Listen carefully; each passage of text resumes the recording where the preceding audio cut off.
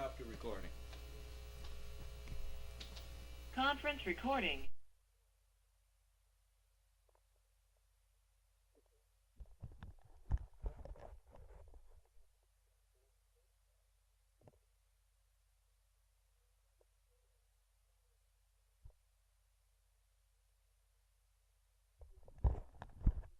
Man Speaks magazine today. With the Son of Man Speaks magazine, you'll receive automotive tips, wholesome recipes, financial advice, and most importantly, a true understanding of the Word of God. Get your copy of the Son of Man Speaks from these select locations. Sisters Braid 2, 18070 Mount Elliott, the Shell gas station, 13110 West 7 Mile Road. To get a subscription, call 601-786-9788. That's 601-786-9788. The Son of Man Speaks magazine, dedicated to becoming free indeed.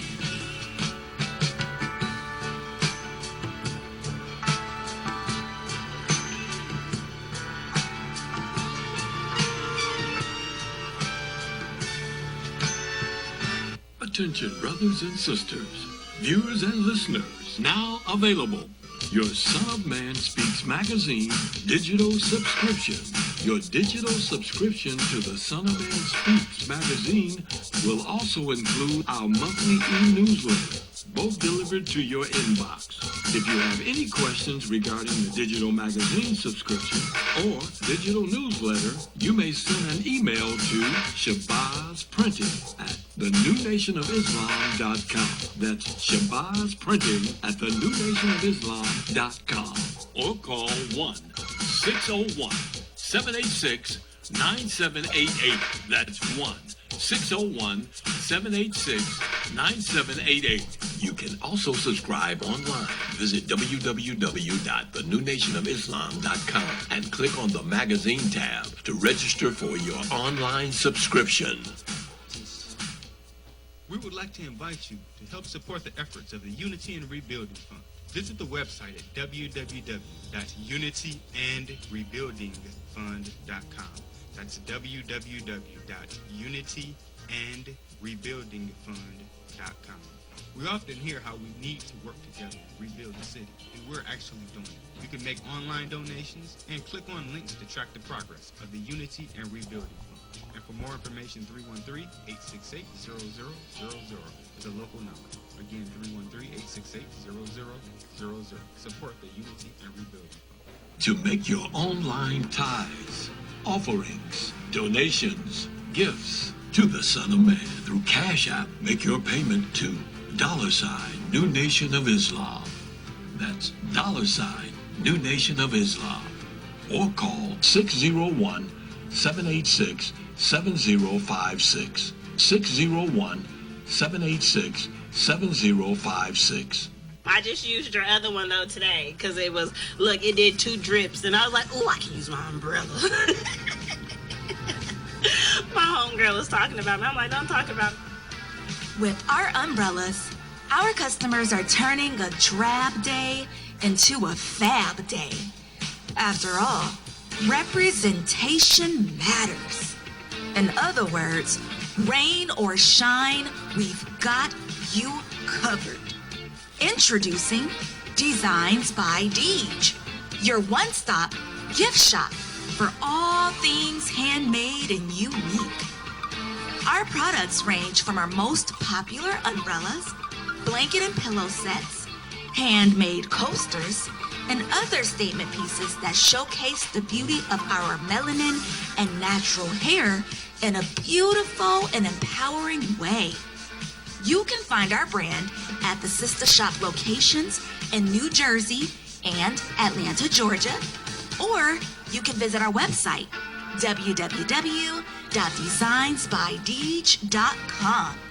Again, that's www.designsbydeej.com.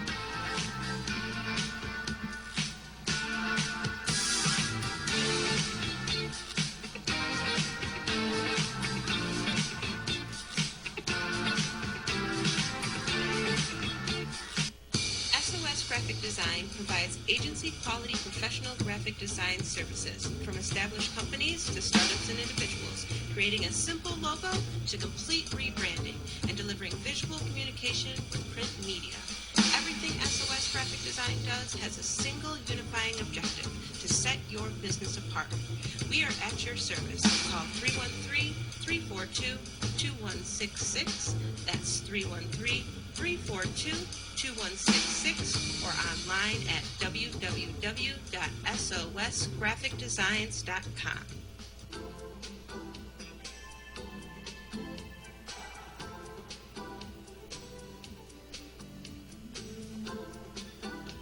Are your clothes coming apart at the seams? Universal Seamstress and Tailoring has got you covered. At Universal Seamstress and Tailoring, we specialize in a wide variety of alterations and transformations to make and keep your clothes looking and fitting their best. From hem jobs to downsizing suits and dresses for a perfect fit to replacing zippers and buttons, Universal Seamstress and Tailoring is your one-stop shop for clothing maintenance. Also, do you have a logo for your clothes you'd like to wear? Universal Seamstress and Tailoring can put it there. That's right. At Universal Seamstress and Tailoring, we not only do alterations, but embroidery as well. Shirts, pants, coats, hats, even bags. If you can wear it, we can embroider it. So remember, whether it be alterations or embroidering you need, Universal Seamstress and Tailoring has got you covered. Universal Seamstress and Tailoring is located at 1404 Main Street, Fayette, Mississippi. Come and see us or give us a call at 601-786-0540.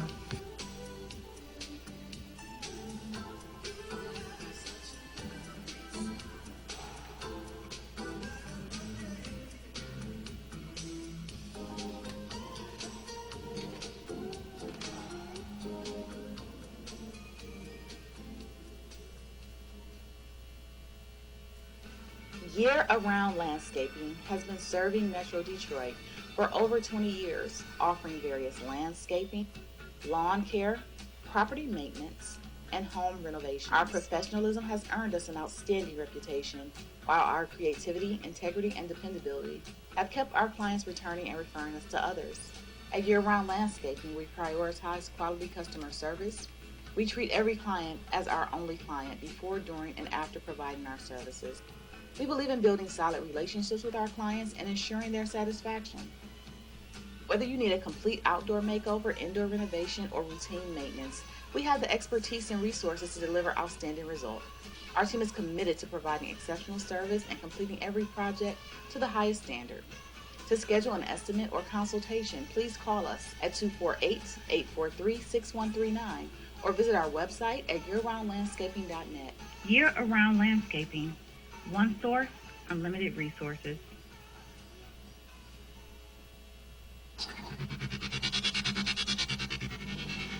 For elite carpet, floor, and upholstery cleaning, call Supreme Steam Cleaning.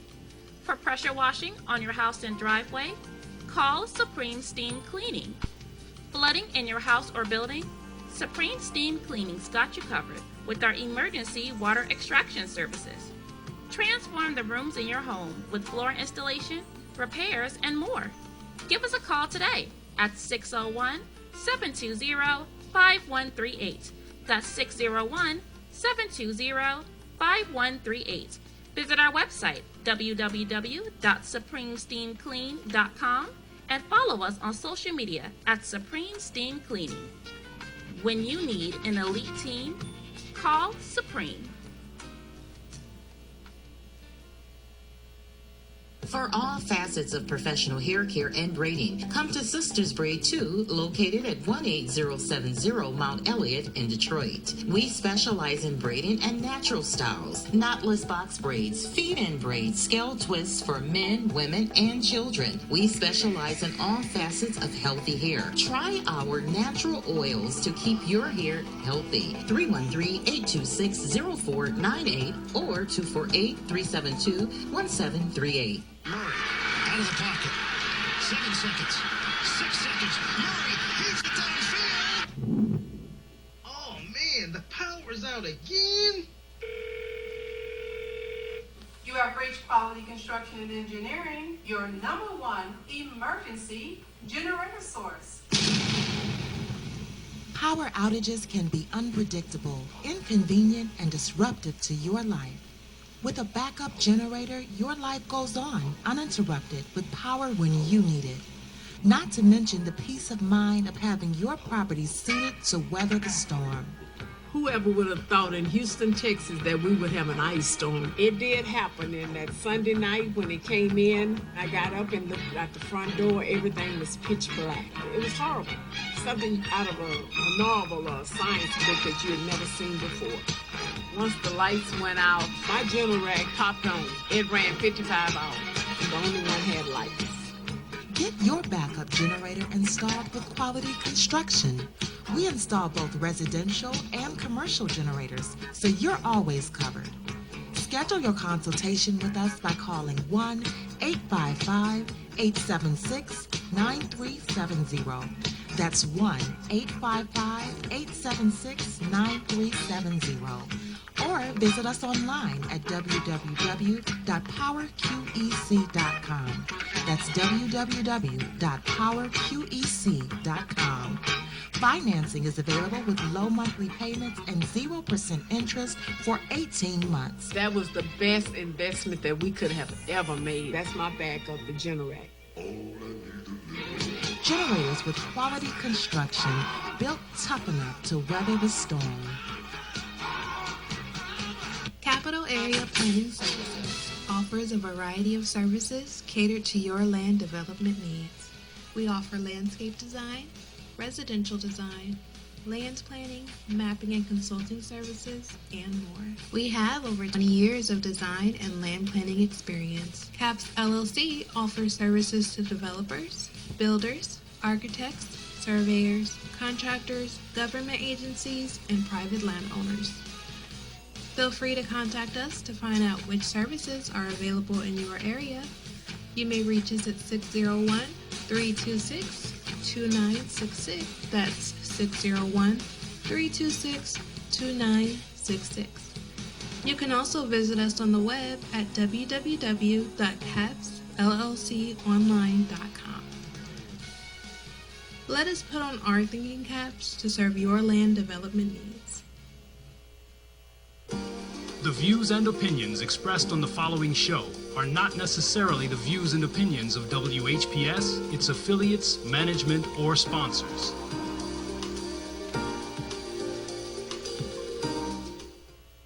Brothers and sisters, are you tired of reading the Holy Scripture and not really understanding what you read? And if you're reasonably sure, have you ever tested that what you feel you know with someone that has a different view than your own? Then let's talk with one another. Then let's reason with one another on a Scriptural Discussion with the Son of Man every Wednesday at 9 p.m., Friday at 9 p.m., and Sunday at 12 noon. On WHPR TV Detroit Live, 88.1 FM WHPR, and Comcast Cable. Why don't you call and discuss the Holy Bible, and if you have one, the Holy Quran, and come to an agreement about the Holy Scriptures and their true meaning? You can call in live on the air at area code 313-868-4336, 313-868-0342, or 313-868-0351. That's 313-868-4336, 313-868-0342, or 313-868-0351. And now, let's go live with a Scriptural Discussion with the Son of Man.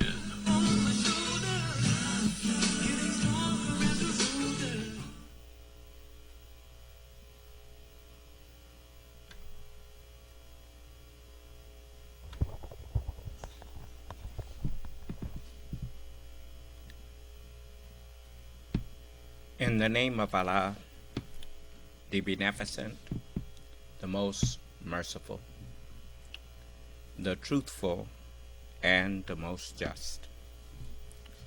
I greet you all once again who are hungry and thirsty for the true understanding of the Word of God and for the truth in general. I greet you all with the greeting words of peace. May Allah's Salam Alaikum.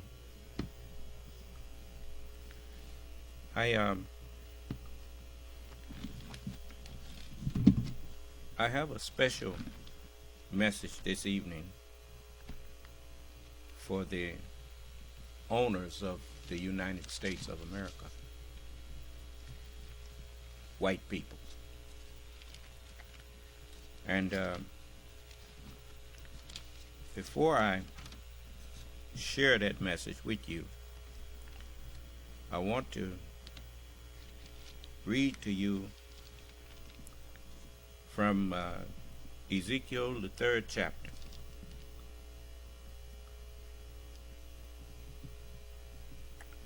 For when you were made by black people and given dominion by black people,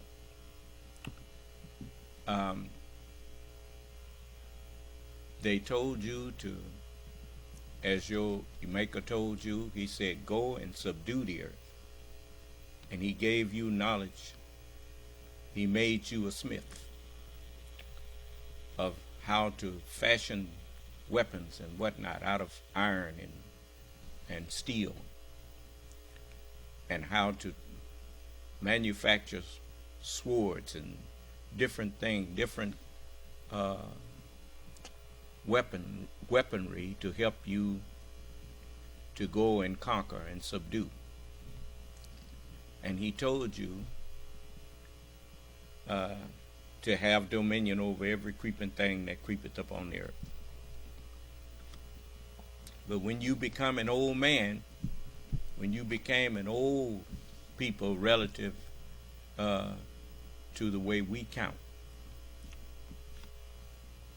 you would rule even over your maker. And after 6,000 years, the ones that you were ruling over would produce a rightly guided one that you could not take dominion over. And that would be the Lord himself, the Lord of Lords.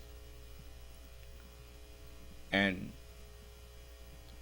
he gave you signs that prolonged your days, which you call Holy Scriptures. The Holy Scriptures are to the highway of life as the signs on the side of the highway when you driving down the road. They serve as a reminder to you of how to conduct yourself on that particular highway. Do you understand? And so those signs grant you respite. For if you obey the signs, then they will keep you safe on that highway. And no one will interfere with you.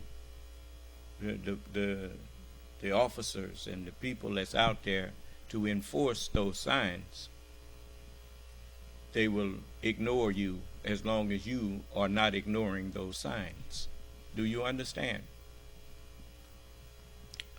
So now, look what Allah said to me after raising me. In the 17th verse of the 3rd chapter of Ezekiel, it says, Son of man, I have made thee a watchman unto the house of Israel.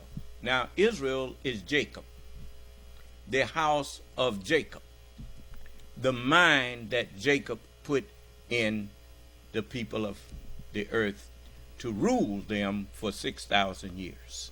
Do you understand? Remember, Jesus gave you the understanding of children. He said, I know that you are Abraham's seed, but you are not Abraham's children.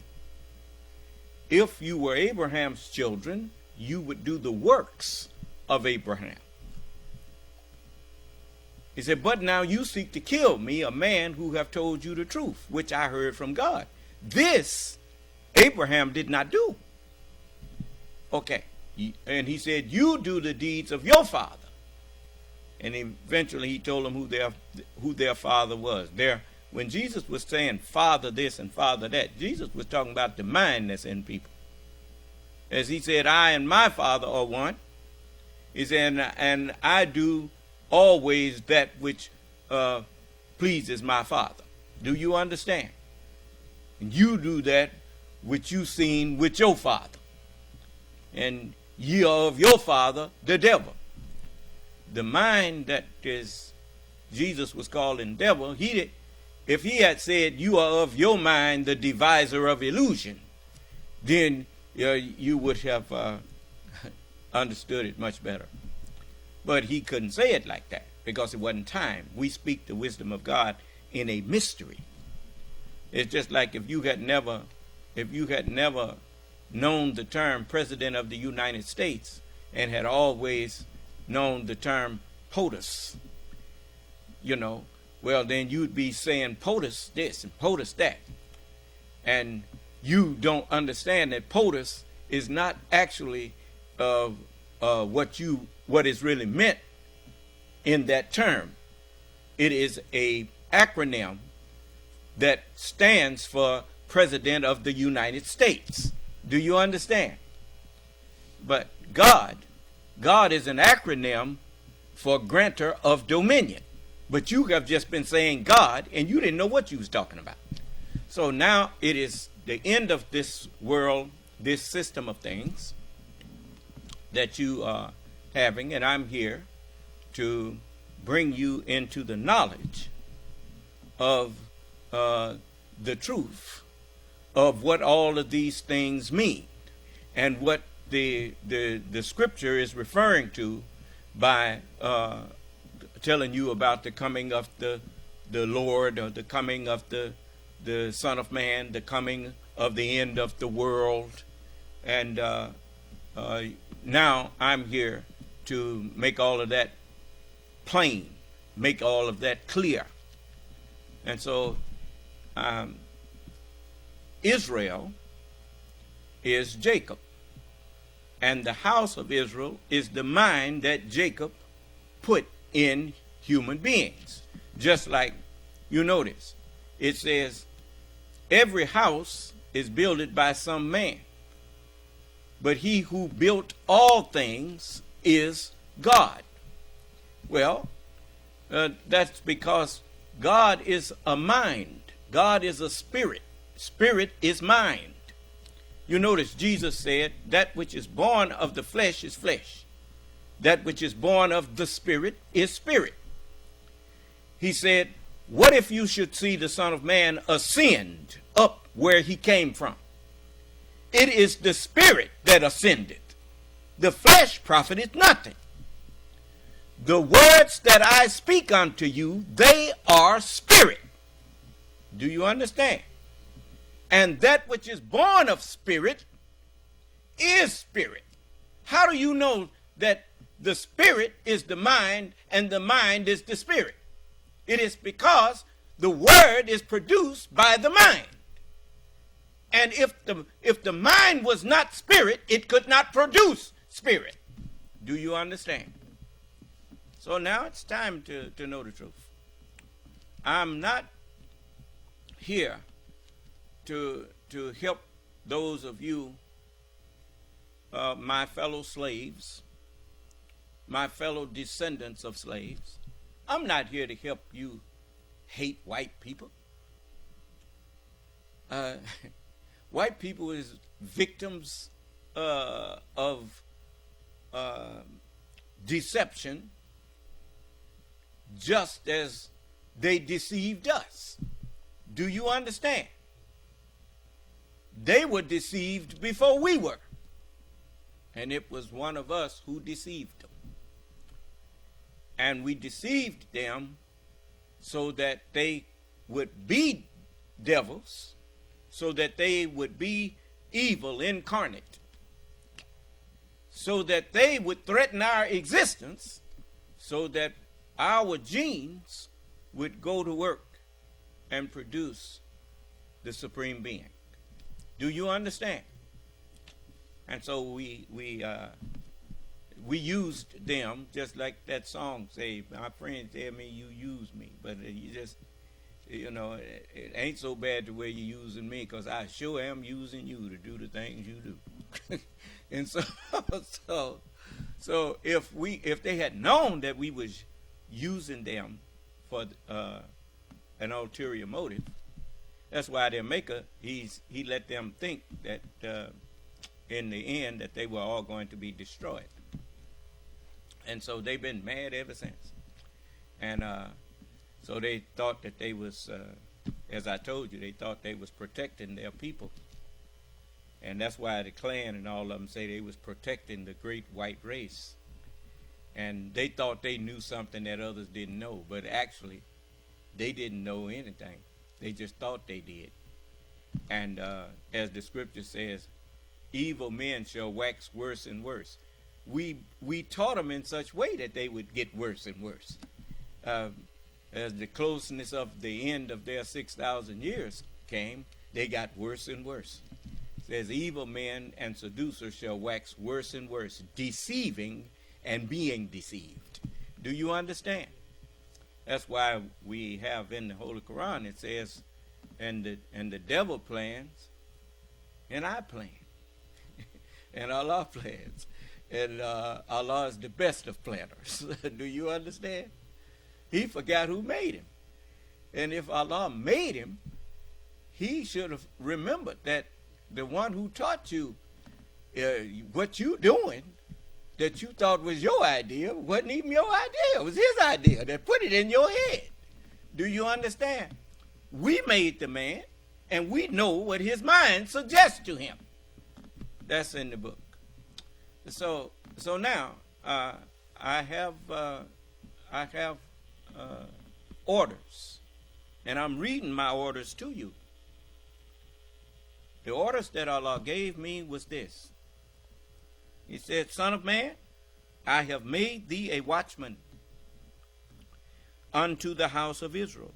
You know, when I was in the Marine Corps, I had guard duty sometime. Especially when I was in Vietnam, I had guard duty. And when you get on guard duty, you get up in a tower, and you have a starlight scope that makes nighttime seem like daytime. And you up there higher than everything else. So you can use that scope and see things moving from a long distance off. You understand? So that you can watch while others are sleeping. Do you understand? And that's what guard duty is, you see. In the military, in boot camp, they called it fire watch. You know, while people were sleeping in the barracks, you had one man that was woke, and he was fire watch. Do you understand? And but anyway, it says, Son of man, I have made thee a watchman, a fire watch. Huh? And unto the house of Israel, unto the mind that has been ruling this world. It says, therefore, hear, understand the words at my mouth. His mouth was all of his messengers. As he told Moses, he said, Aaron, your brother even he shall be unto thee instead of a mouth, and thou shalt be unto him instead of God.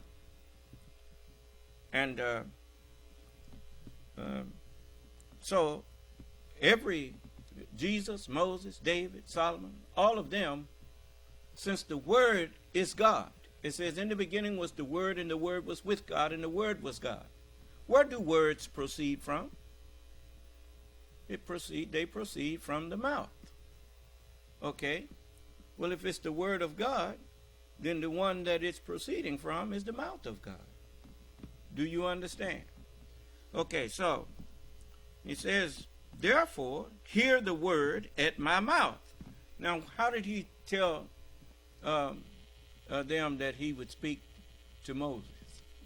He said, I will speak to him, not in a vision or in a dream, but mouth to mouth. Do you understand? And what I say, as Jesus told you, when the Spirit of truth comes, he shall not speak of himself, but whatsoever he shall hear from the mouth of God. Do you understand? And I speak that which the prophets spoke in a mystery, I speak it plain. Do you understand? Mouth to mouth. That's how they speak to me. And then it says, that's why he told me to hear it. He said, hear what I say. And it says, and hear the word at my mouth, and give them, the house of Israel, the mind, everybody with the mind that Jacob put in people, everyone with the mind of the devil. It says, give them warning from me. When I say unto the wicked mind, thou shalt surely die, and thou givest him not warning. What does that mean, thou shalt surely die? What do you say when you try and put fire out? You want that fire to do what? You want it to die, don't you? And sometimes you say, hey, man, the fire dying, put some more wood on there.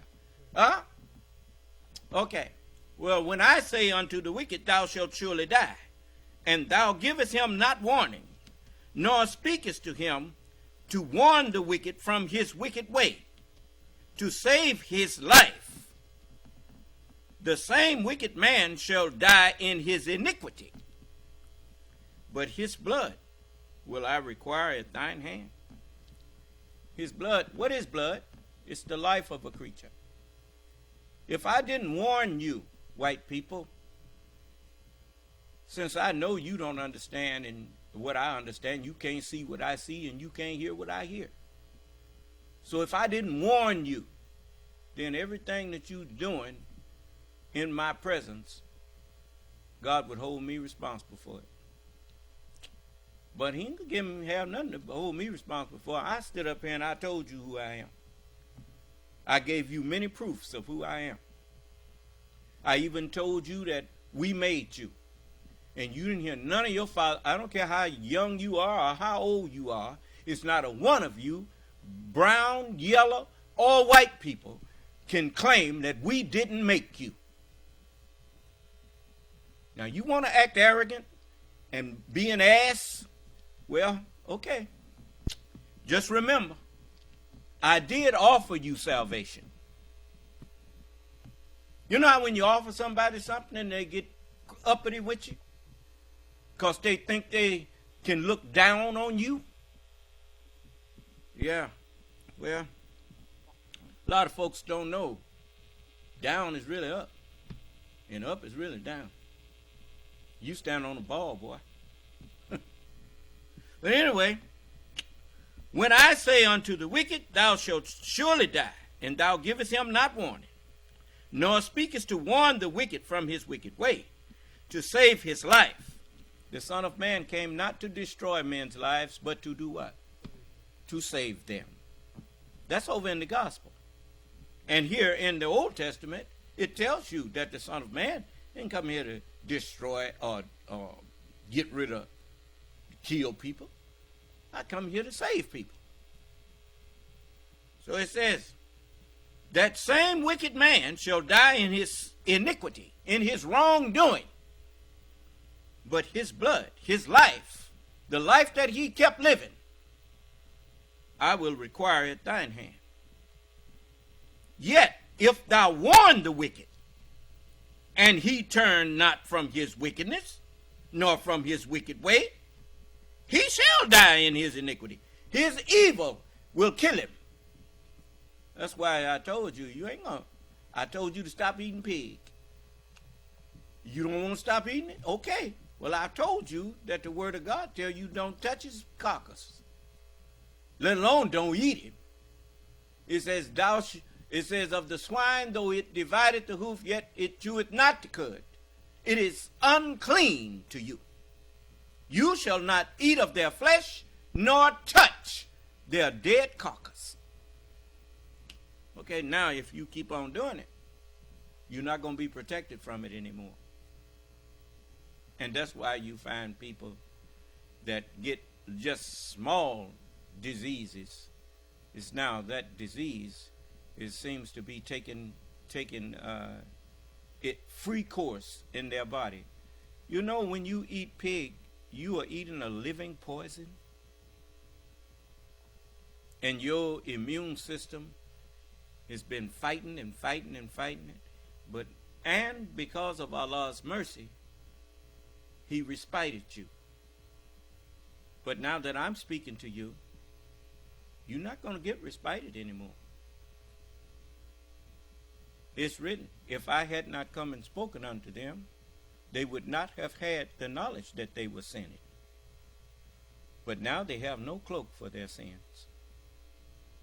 He that hateth me, hateth the truth that I spoke, which is my Father. He hateth my Father also. Yes. So, let's keep it going.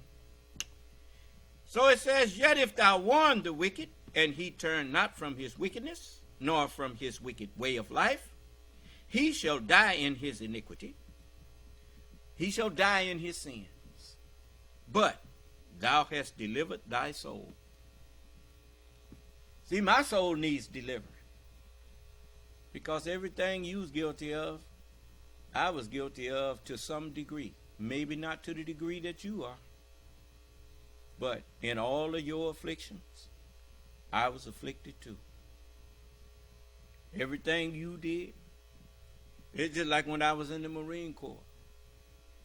And they said, march in the child. And said, kill, kill, kill. I wasn't silent. I was saying it too. Everything that you know, when they was training us how to fight with a bayonet and fight with a rifle with a bayonet on the end of it. We did the pugil sticks and whatnot. I participated in all that. So, you know, I'm not here to condemn you for the thing that you wasn't responsible for. The mind that the God who made this world put in the ruler, He told them to put it in everybody. And so I have a body too, and they put it in me. Do you understand? And so Allah, He forgave me and told me, now, you likes forgiveness. The messenger taught me this. He said, you're not a Muslim until you love for your brothers what you love for yourself. So all of my brothers who was in the Marine Corps and everybody that was a Marine was my brother. Do you understand? Okay, well, I love for them what I love for myself. So I was forgiven, so I forgave them. Do you understand? I was forgiven for being a slave to the devil, so I forgive everybody else that's been a slave to the devil. Otherwise, I didn't deserve to be forgiven myself. Do you understand? Okay. So now, it says again, when a righteous man doth turn from his righteousness and commit iniquity, and I lay a stumbling block before him, he shall die, because thou hast not given him warning. You know, the prophets didn't understand. Why you think they said, I'm worried about myself? Myself. Why? Because some of them stumbled. David stumbled. If you read the history of David, you know he stumbled sometime. Huh? There ain't no such thing as a just man that have not sinned. That's why Jesus told you, he said, there ain't no sin in calling me righteous. Why you calling me good? There ain't none good but one, and that's God. The truth is good. Flesh is weak. Flesh don't know how to be good until the truth take up residence in that flesh and teach that flesh and order that flesh around on how to be good. Do you understand? Okay. So now, I wanted to lay this foundation. Now, before I proceed, does anybody have a problem with the fact that I done forgave everybody? Do you got a problem with that? Okay, now, as the scripture said, the Son of Man have power on earth to forgive sin. You see how I just justified forgiving everybody? Huh? Okay. Now, so do I have knowledge of what I'm doing when I say I forgive people? Okay. Now let's get down to the facts here. You starting with a clean slate. Now, what you did after you heard me, well, that you got to answer for. Do you understand?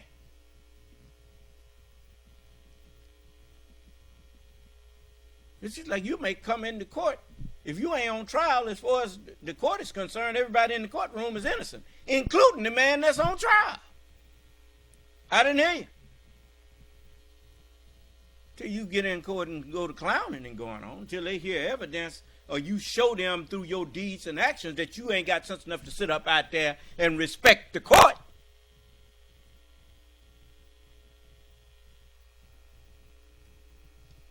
You don't want to get found in contempt in here with me. That'll get you hell. Now, who don't believe that?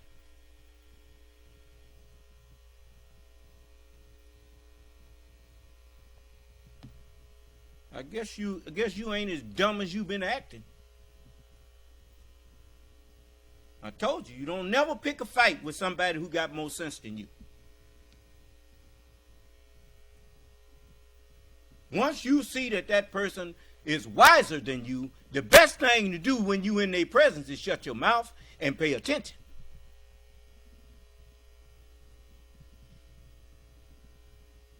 Now, I know more than all the people that's listening to me.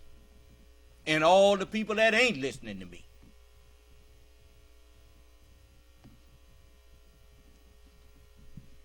Only thing I ask you to do is when you meet people that have not, keep you some cards with you.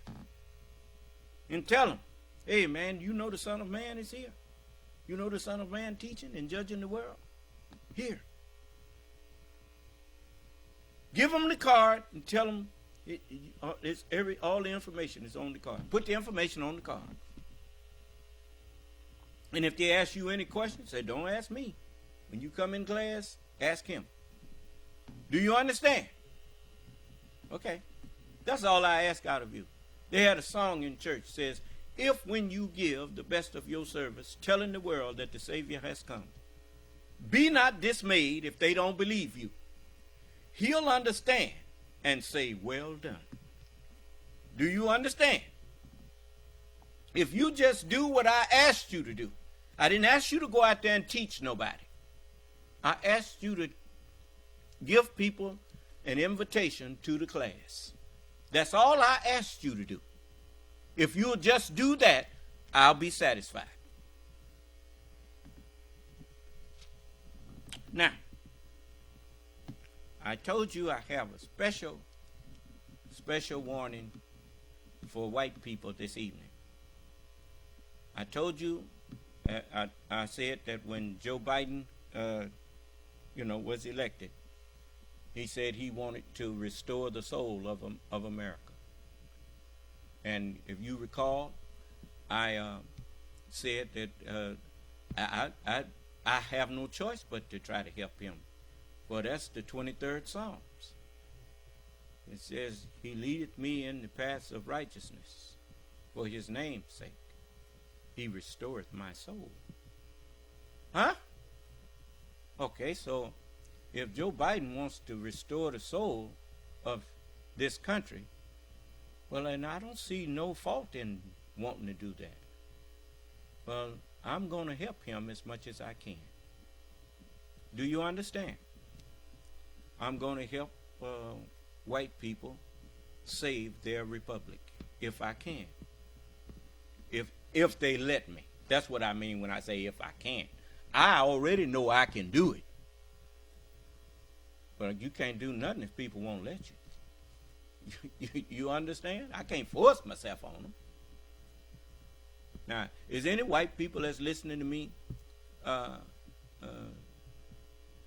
that think that I don't need to be trying to help you save your country?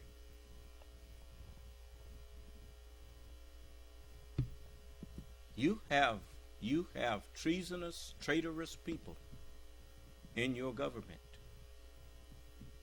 that have been trying ever since they lost the Civil War. They have been trying to destroy your government in an insidious way, slowly eating away at the fabric of it, slowly eating away at the true meaning of the Constitution and trying to corrupt its meaning. Do you understand? Okay. So, I want you to put that disclaimer up there because I want you to see something here. Start it from the beginning, will you?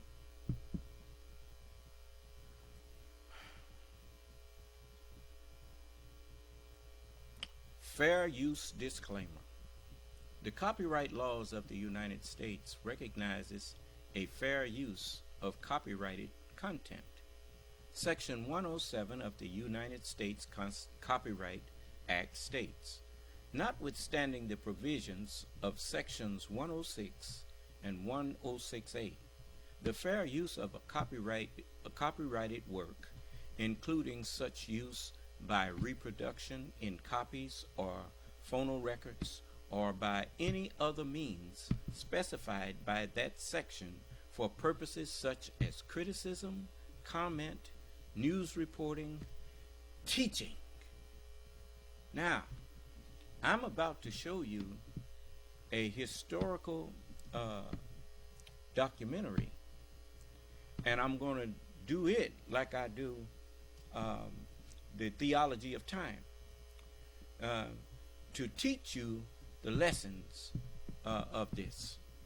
And so I don't want you to think that I'm trying to make money off of it. I don't use the Word of God nor the class that I teach. You never hear me telling people to give us money for what we teaching. No, that's not it.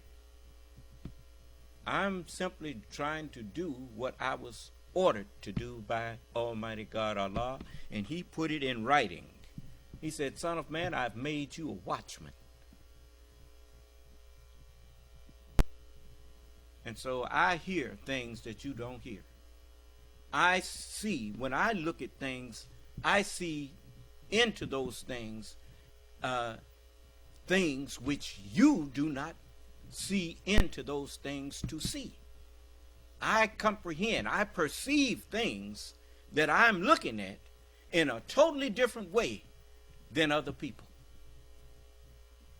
I recognize that now. I used to think everybody was seeing what I was seeing. And I used to think everybody was hearing what I was hearing. And I realized that I was the only one that was seeing and hearing what I was seeing and hearing. Do you understand? Okay. So now, I promised you something last night, so I'm going to start with that before I back it up. I promised you that I would find that clip where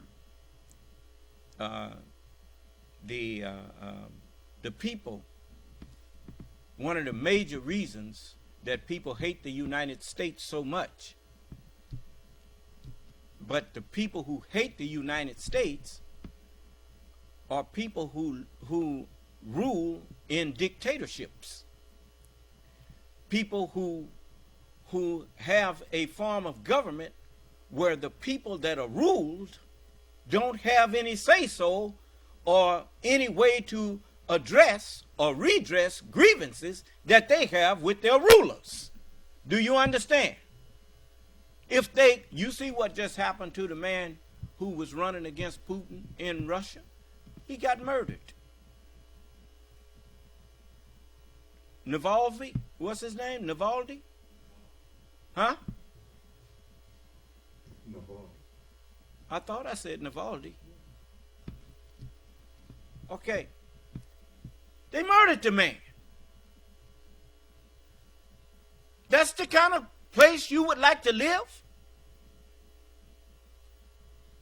Minister Farrakhan may disagree with me, but I don't want to murder the poor man. If what I have is correct, why should I be afraid of someone whose vision is incorrect? He's going to find that out on his own. People who want to be correct, they're going to come to me if my vision is correct. If his vision is correct, then I will eventually fade away. Because the only thing that lasts in the universe is that which is formed in truth. Do you understand? We created the heavens and the earth with truth. Anything other than the truth is dying at its inception. Do you understand? Because even though you think you bringing it in, you are not. You may conceive it, but it will never reach fruition. It's destined to fail. It's destined to fade away. Like an invention that you came up with, and when you tried to get it to do what you thought it would do when you invented it, do you understand? And it didn't do what you thought it was going to do. It's because you were misunderstanding how to bring about what you wanted. Do you understand? And without the truth, it is not possible to bring that thing into being. Okay. So, you notice, when people disagree with me, that's the person I like to talk to. Because I really believe that I have the truth. If I, as far as I'm concerned, I know I have the truth. At least I believe I know I do. Do you understand? And the only way I'm going to find out that I don't have the truth is to talk to people who disagree with me.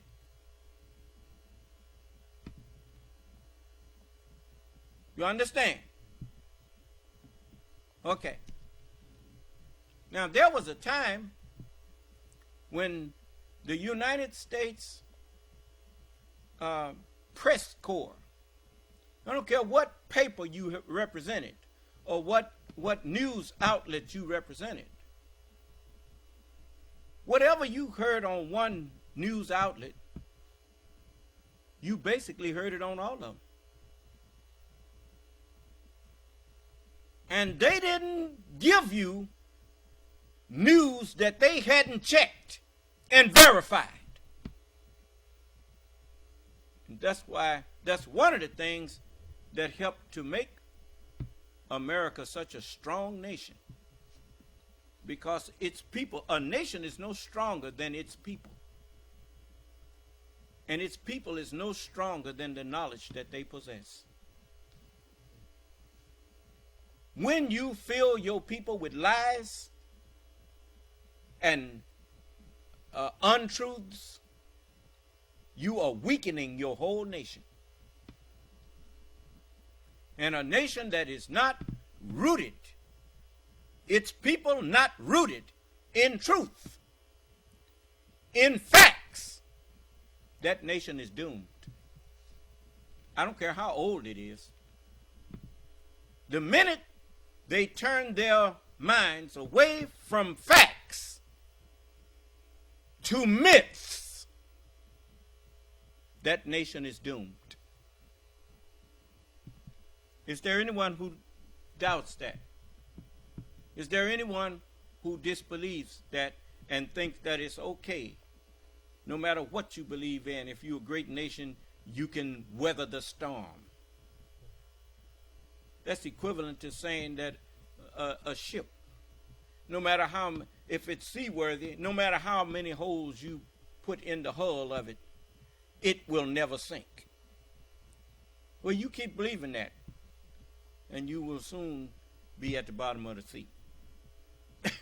Do you understand?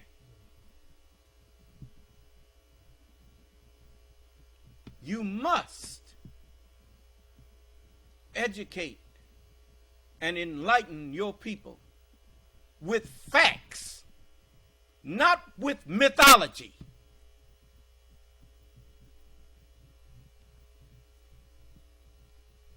So, I want you to pay attention to this clip, and then I'm going to back it up and show you, and we'll comment on it as we do, just like the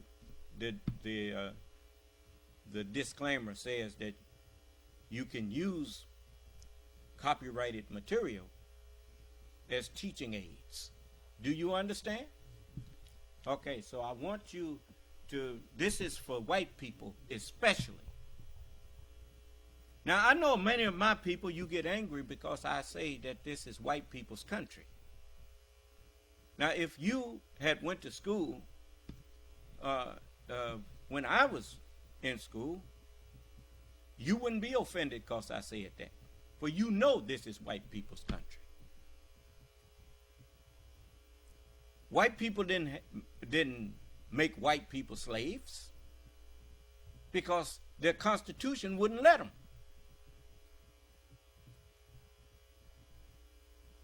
But they made us slaves. Because at one time, the Constitution let them, in the census, count us as 3/5 of a person so that they could get some credit for us being counted as citizens so they could get some representation, more representation up there. Do you understand? But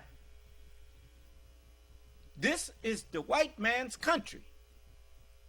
And until you recognize that and respect that, then you don't know who you are.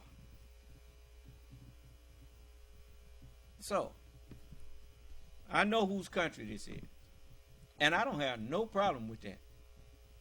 I want my own country. I'm not interested in trying to claim what don't belong to me. Do you understand? I'm glad it don't belong to me. I wouldn't want to have to answer for the stuff that these people got to answer for if they don't listen to me. You know, it ain't mine. I wasn't in charge. So you can't blame me for what went on here. Nor for what's going on here. Did you hear me? So, now I'm offering salvation to those who want it. The messenger said there are white Muslims in America. And lots of them. And he said they recognize and respect me. Well, I recognize and respect them.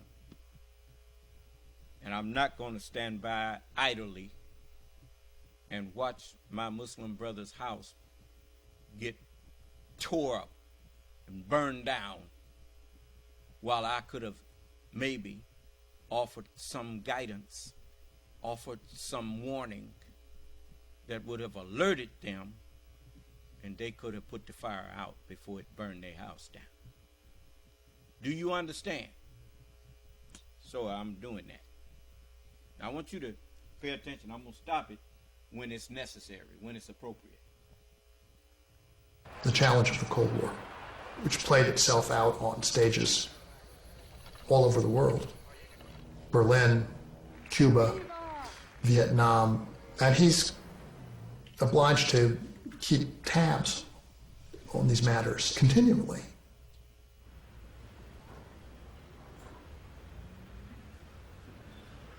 Berlin.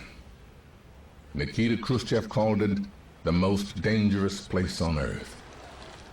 Since the end of the Second World War, Soviet, British, French, and American forces had stood face to face in the streets of the occupied city. And the situation was growing tenser by the day. One thing Kennedy brought with him into the administration was an awareness of the vulnerability of Berlin and the importance of the American commitment in Berlin.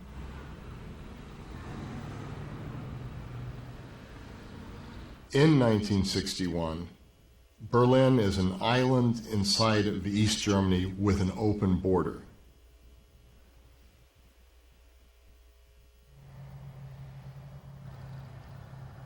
Berlin was divided into four sectors. The Soviet sector housing the communist government of East Germany. But the other sectors were in the occupation of the United States, Britain, and France. And Khrushchev wanted to end that situation. Berlin was always a symbol to the Soviet Union of communist failures.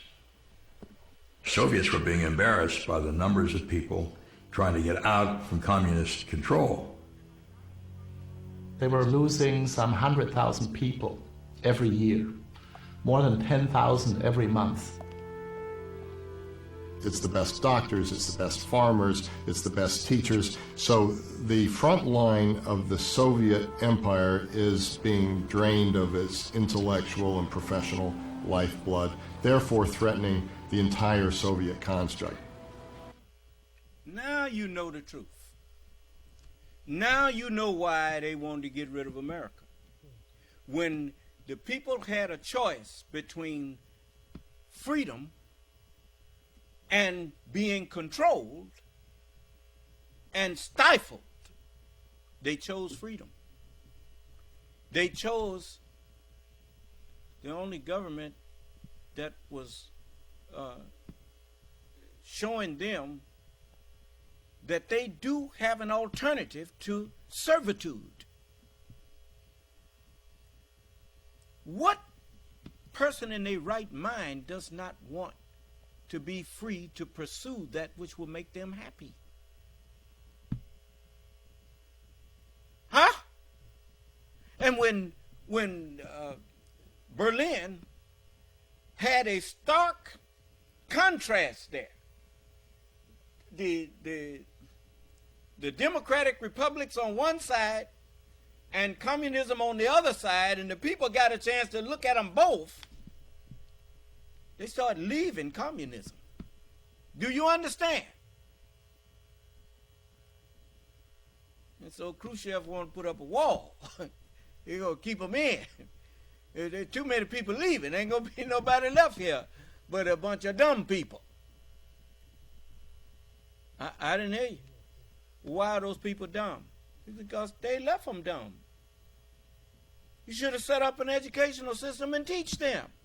But if you teach them, they're going to want to use the knowledge. And if you don't make a way for them to use that knowledge and prosper and show them how collectively you can use it and prosper and be very successful with it, they're going to want to leave. I didn't hear you. And so that's what was happening. The USSR just couldn't compete.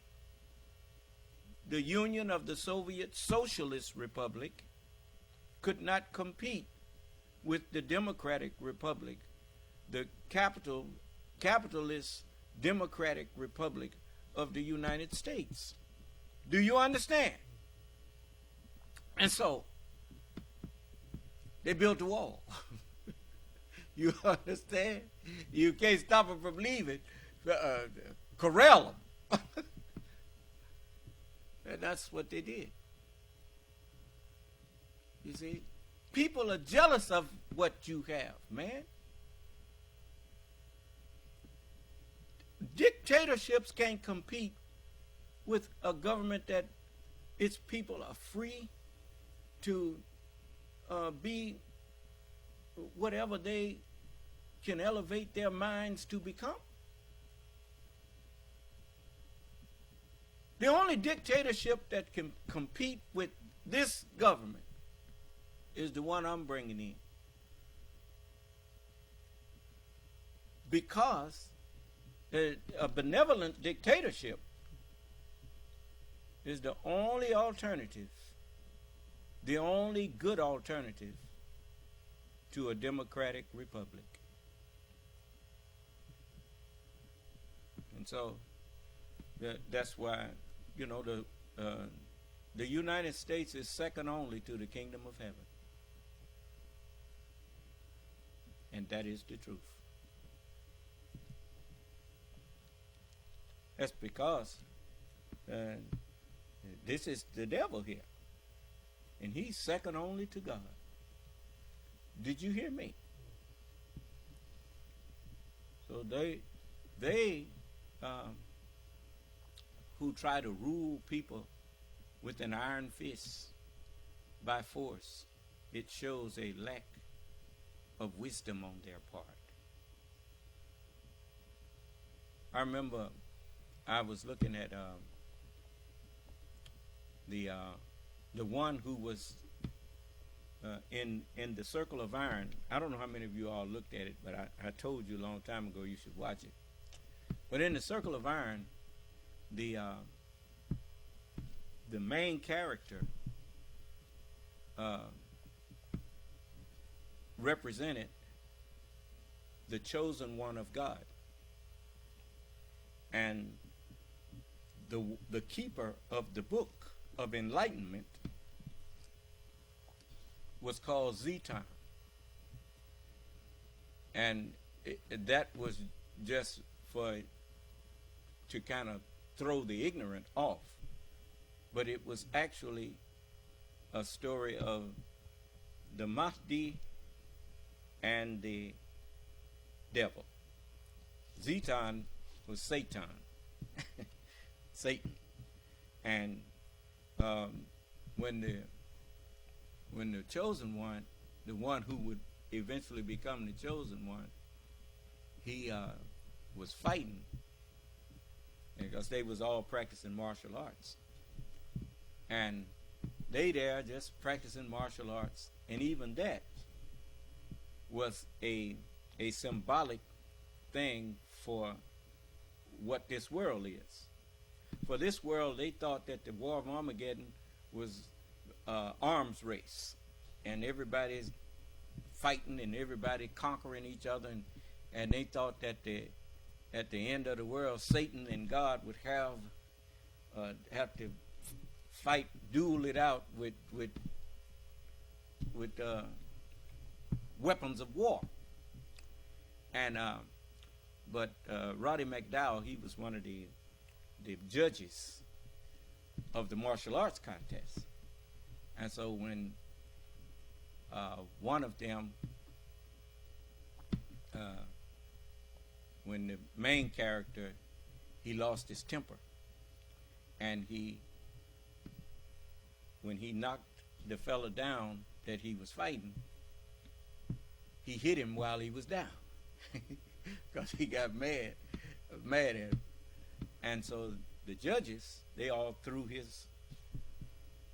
his marker on the ground, and they declared his opponent to be the winner. And he said, the loser, that would eventually be the chosen one, he said, "You've made a mistake." And they asked him, "Is this your color?" And they held up the color of rock that belonged to the man that had been chosen to win that fight, because he fought fair.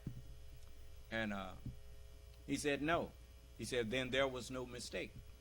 You hit him while he was down." And he said, "But I'm a fighter." And he said, "This man is a dancer." he said, "Cord, you will, he said, I'm going to find Zeton, and I'm going to find that book of enlightenment. And he said, Court, you don't go. And he said, the man to face Zeton, it has to have the ability to bind an elephant with a spider's web, not stun him with a kick. You know what I'm saying? And he kind of gave him a little hint there, didn't he? That the war that you gonna fight when you get to Satan ain't got nothing to do with how good you can punch. You got to be able to outthink him. And so, anyway, Bruce Lee wrote that, you know. But anyway, in the end, Cord went through some trials. First, must he suffer many things and be rejected? He was rejected by the judges, and then he had to go through many trials. And in the end, every trial that he went through made him a little wiser. Do you understand? And it taught him self-control. And then when he got to Zeton,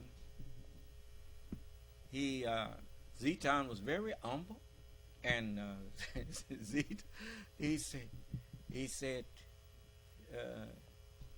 they got in a conversation, and Zeton was telling him about how the whole island is just peaceful. He said, you can feel it. It's just here. And he said, yes. He said, we have found, he asked, who are all of these people here? He said, they are the near ones. He says, we have found that it is better when the student and the teacher work together and come to the knowledge of the truth of facts. And he said, that sounds reasonable. And he said, when do we fight? And Zeton said, fight? About what? he was bewildered because he had to fight everybody else. And so he said, for the book. And he said, oh, the ever-living book. Come, let's rehearse you in the ceremony to make you the keeper of the book. And, he said, what? and so he, Zeton was tricking him because he got tricked. But anyway, I ain't going to tell you the rest, so some of you may want to look at it. But anyway, the fact of the matter is that as long as the deceiver can deceive you, as long as they could deceive us, they would rule. The whole idea was to make the devil, to make an arch deceiver that would not be able to deceive one of us eventually. Do you understand? And that's why it's written in the Bible that in the 24th chapter of Matthew, you turn to it with me, and you'll see what I'm talking about. It says that there shall arise false Christs and false prophets. It says, this is the 24th verse of the 24th chapter of Matthew. It says, for there shall arise false Christs and false prophets. And if you didn't know what Christ means, you wouldn't have any idea what this is talking about. Christ is bodies of individuals like the Jehovah's Witness and their so-called Watchtower Society. The Watchtower Society is a false Christ, a false body of people that have gotten together and declared themselves the authority on a doctrine. And so it says, "For there shall arise false Christs and false prophets, preachers who are members of that false body." And then it says, "And shall show great signs and wonders, insomuch that if it were possible, they shall deceive the very elect." The very elect is me. And if it was possible, they would be able to deceive me into believing in their religious doctrine, which is false. All of the religions that people have offered you, including Orthodox Islam, it is all false.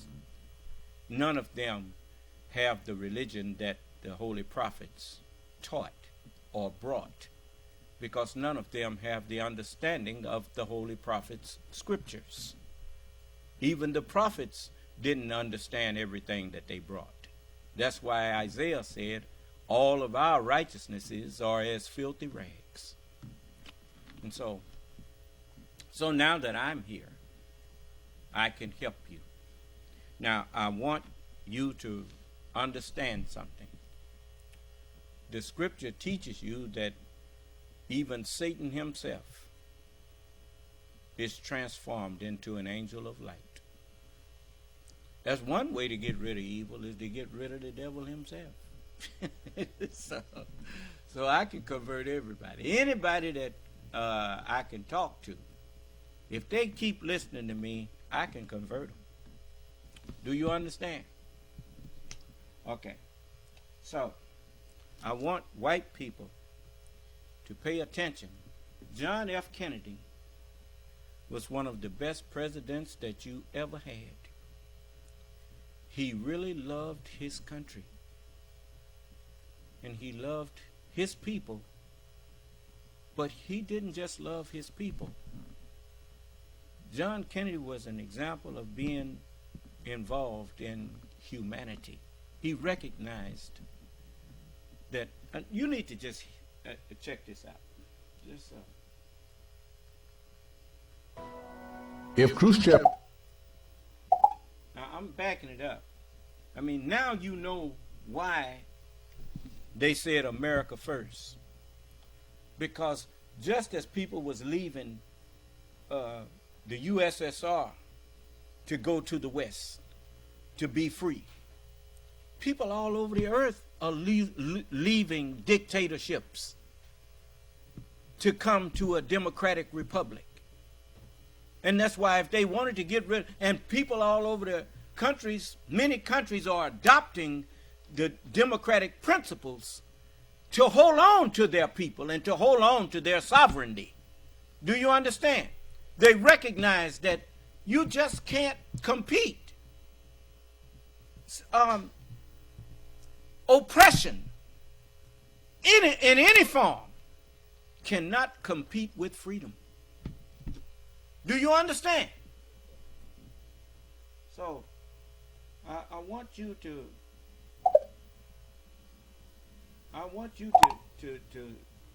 see this. It was just perfectly obvious.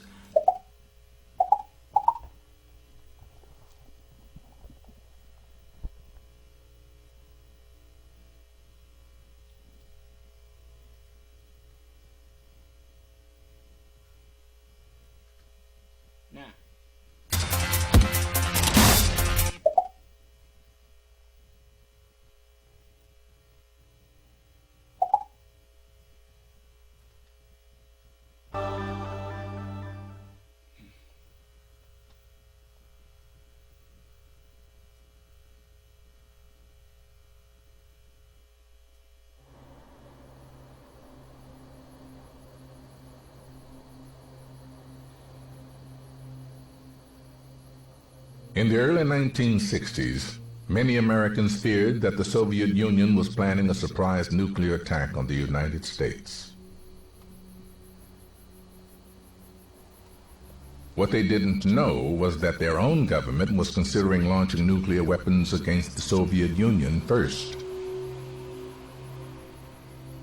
On July 20th, 1961, high-ranking officials, including the chairman of the Joint Chiefs of Staff, presented a plan for a nuclear first strike to President John F. Kennedy.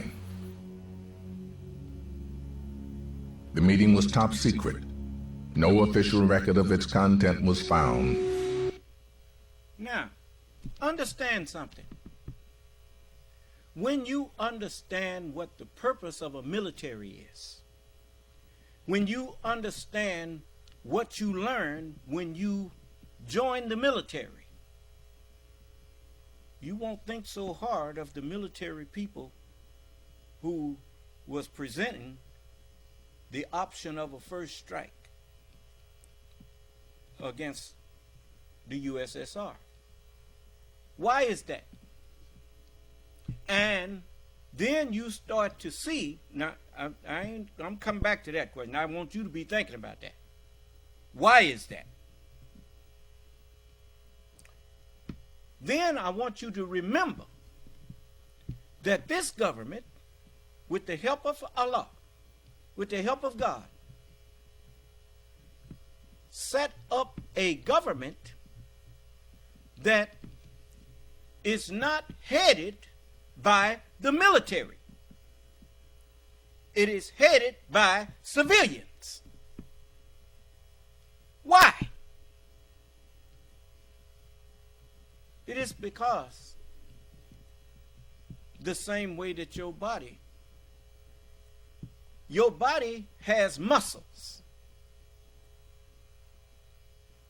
but your body has parts in it. Along with the muscles, it has fat. Do you understand? Which enables you to relax, but if necessary, you can call on those muscles and they override the fat and become stiff, not soft, but hard. Do you understand? So you can be hard and you can be soft. Is that right? Okay. Now, when do fights start? Fights start when communication breaks down.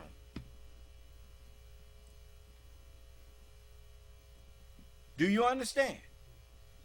That's why they have, you want a military, as I heard them say about, I think it was President Roosevelt, that said, speak softly and carry a big stick.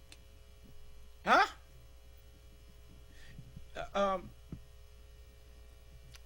President Kennedy said this. He said, we must never negotiate out of fear.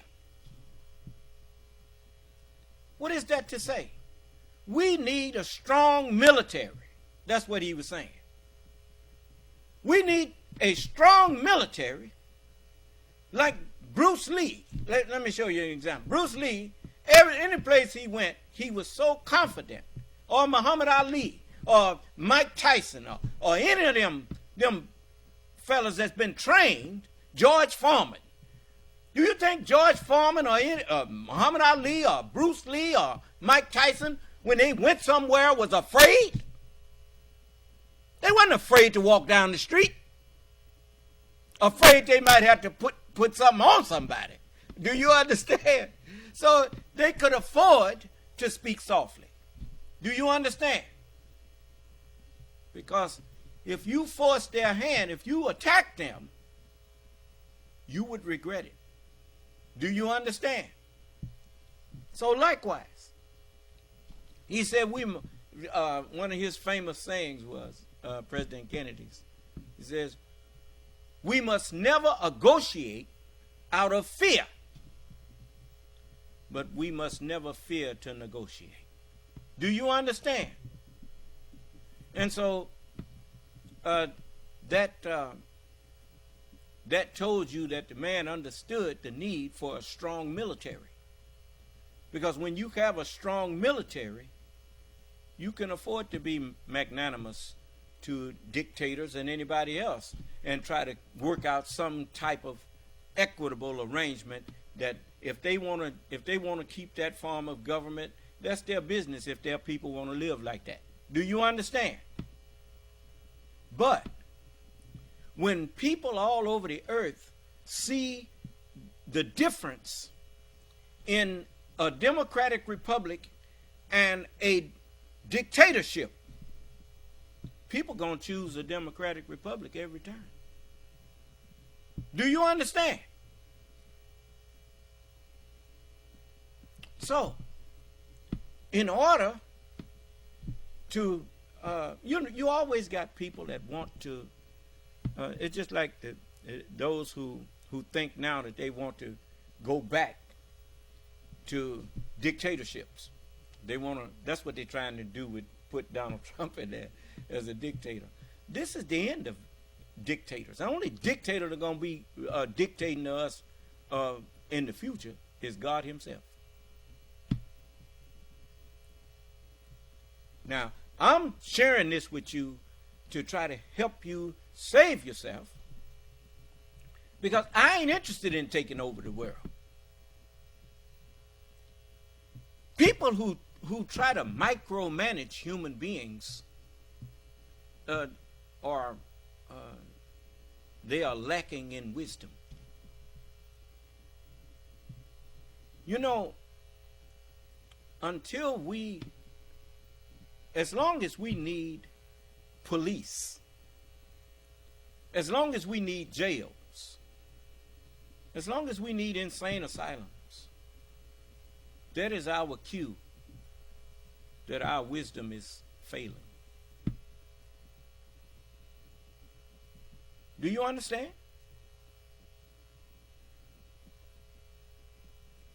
You can't be your brother's keeper. You can't be a keeper over your fellow man because he has his own mind. And even when you trick people, eventually, you know what tricking people is? It's like slipping somebody a Mickey and knocking them out. Well, you can keep on slipping them a Mickey. But pretty soon, when you put that thing that usually knock them out in their drink, they're going to wake up sooner and sooner. Because they're developing a resistance to that Mickey. Well, likewise, you can trick people and trick people and trick people. But eventually, they're going to wake up to the fact that they've been tricked. Do you understand? It may take years and years and years. It may take decades. It may take 100 years, 200 years. But eventually, they're going to awaken.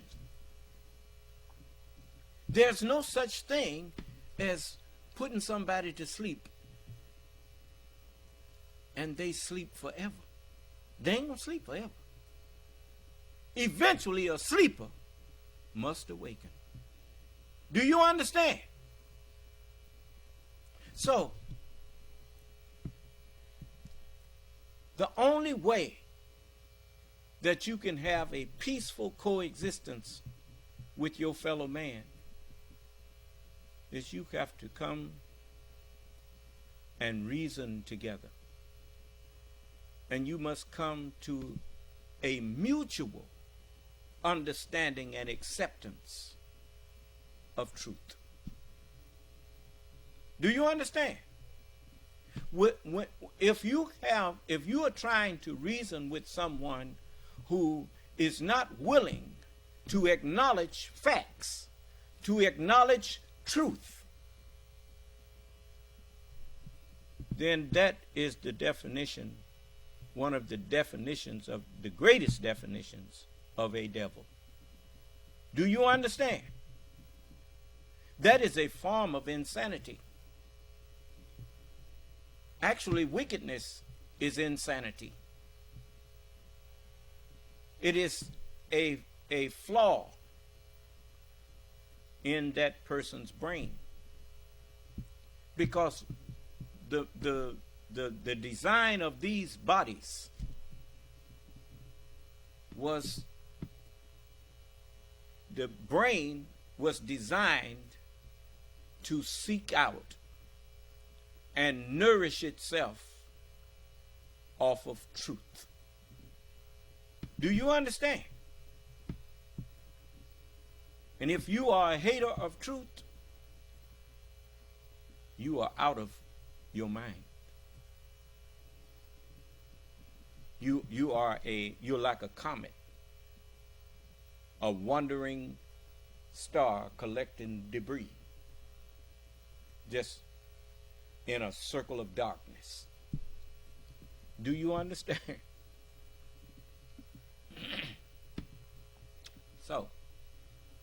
So I'm here to turn the light on in everyone's mind to truth that will bring you into oneness with each other all over the earth. And everyone will be their own police. We will all police ourselves. No one will have to correct us.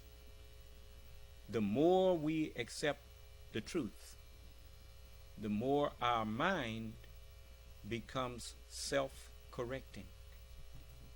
Do you understand? So, as I think about John Kennedy, the title of this documentary it's a documentary film. It was entitled JFK, A President Betrayed. Ain't that something? You know, people who were in his day, many of the elders that had all of them old ideas of, you know, how to maintain order and maintain power, their answer was strong military and hit them before they hit you. Do you understand? And I mean, that's all they really understood. That's the only thing they knew. And everybody was calling the other side the boogeyman. Do you understand? But John Kennedy saw the dangers of that would end in mutual destruction, mutual annihilation. What civilization can claim to be a civilization or to be civilized that condones the unnecessary murders of millions of people? But you have to remember something, that a military does not think in terms like that. They don't teach you that in the military. They teach you that your purpose is to kill enemies of your nation. Do you understand? It's kind of like when you put on a football uniform of the Rams, and you see a out on that field, the other man got the uniform of the Cowboys on. Whatever you do to him, that's what you out there for. You attacking that uniform. Do you understand? In wars, people have uniforms. That's the ultimate game. That's the ultimate sports event. And people never realize that it was all set in motion 6,000 years ago to go forth and subjugate as many as you can. Do you understand? And all of them been doing that.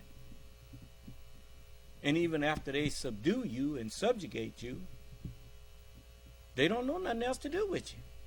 So they oppress you and persecute you. Do you understand?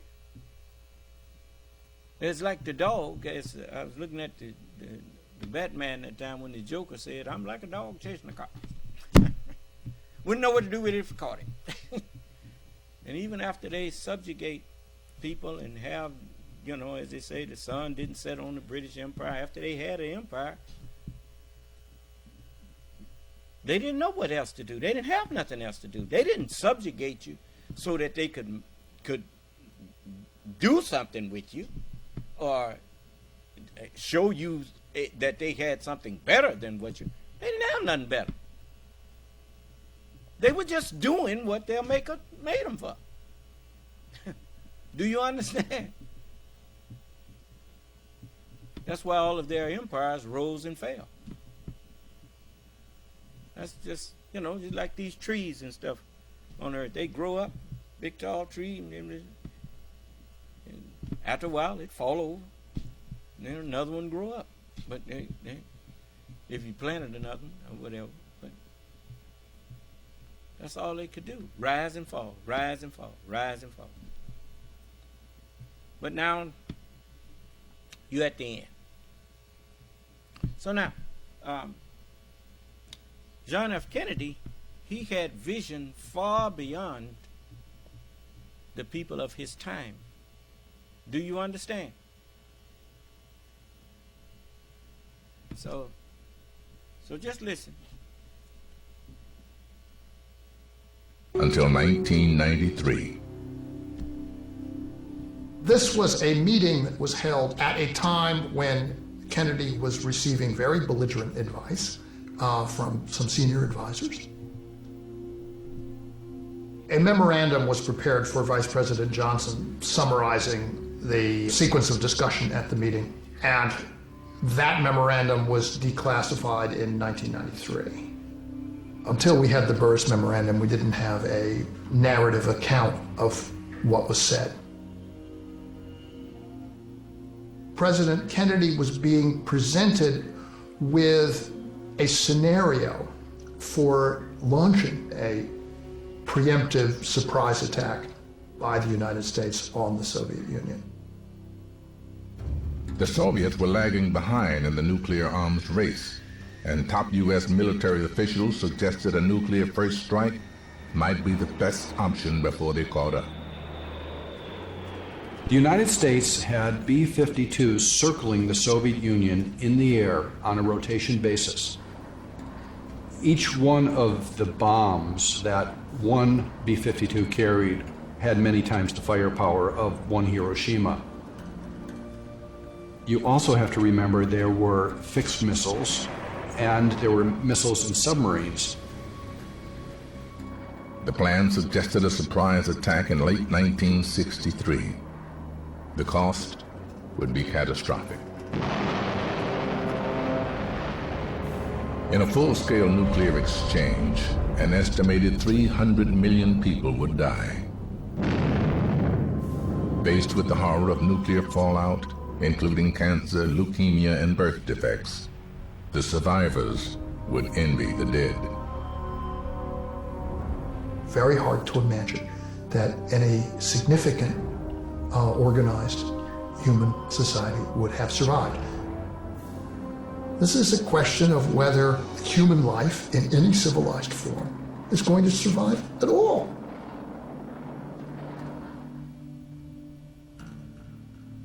Secretary of State Dean Rusk wrote in his memoir that as they left the meeting, Kennedy said to him in disparaging tones that we call ourselves the human race. You see the value of having civilians make decisions about when and where to go to war? He wasn't thinking like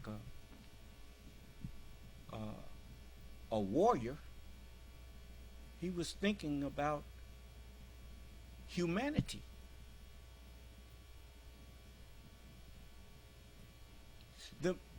The best when you know that you live in a society, when you live in a world where subjugation and conquering are the order of the day, you may not like it,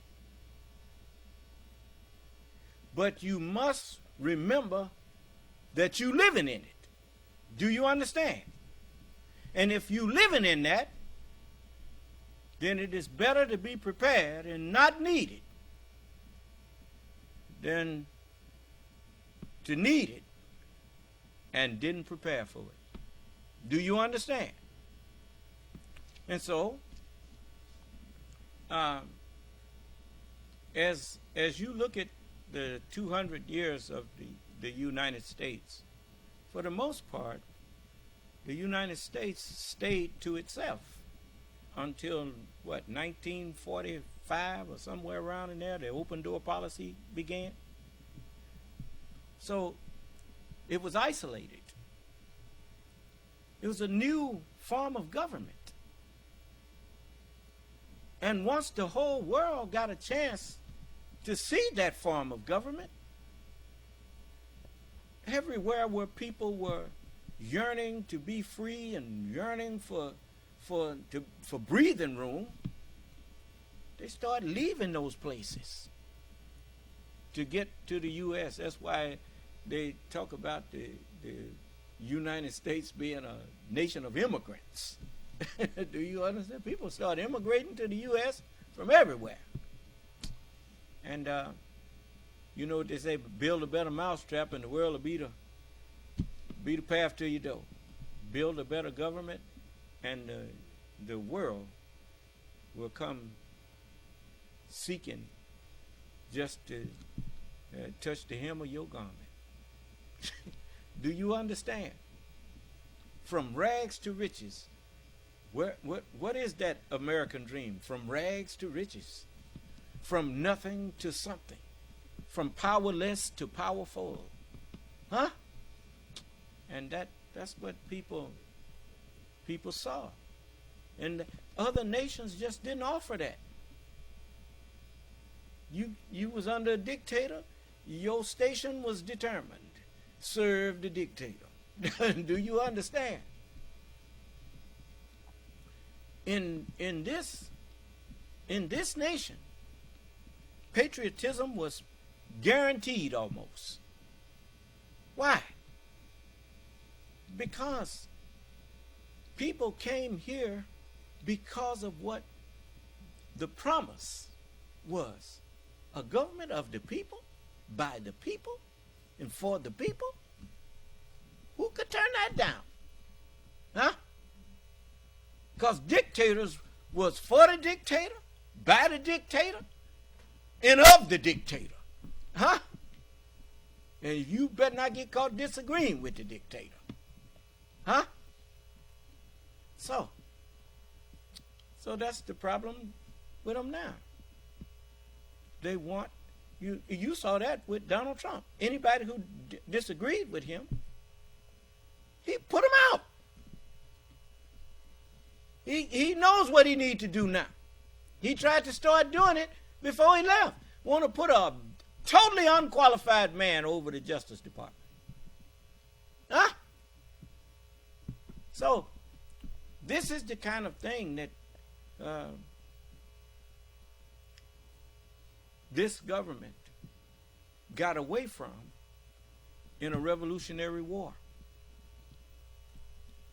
This government came about by people who refused to bow to dictatorship, who recognized that they had a God-given right to be free. Huh? Your birth proves that.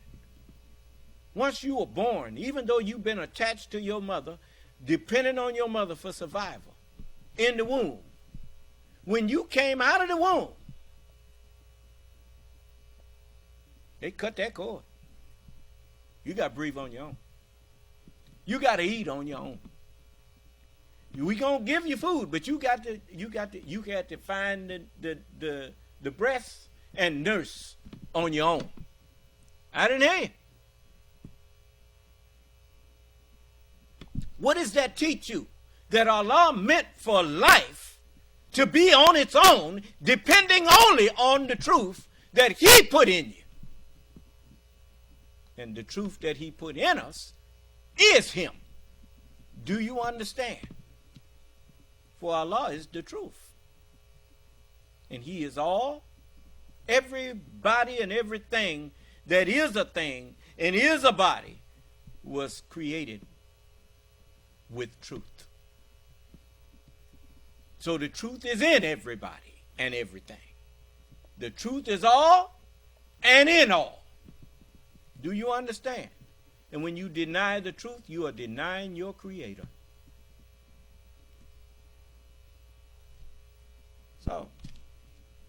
So in the Holy Bible, in the book of Proverbs,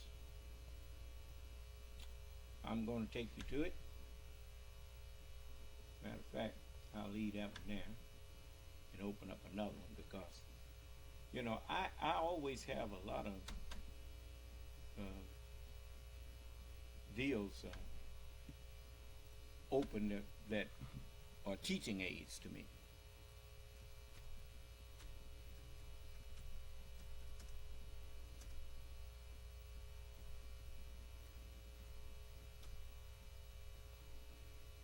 And by the way, we won't be on tomorrow, so I'm going to go over a little bit tonight and make up for it.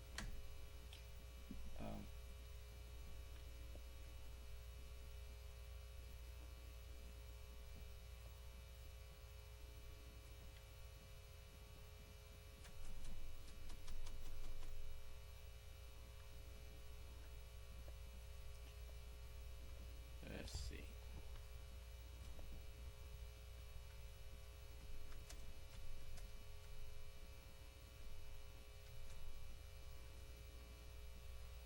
Here it is.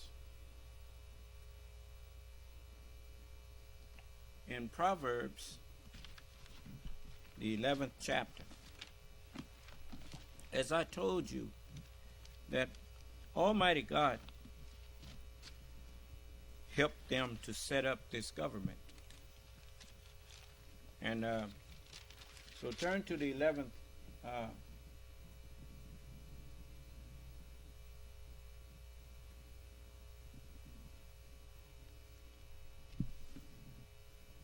but when we get to it, I'll show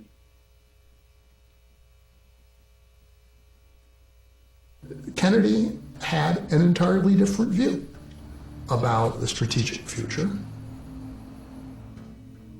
It's, I think, very clear that this meeting...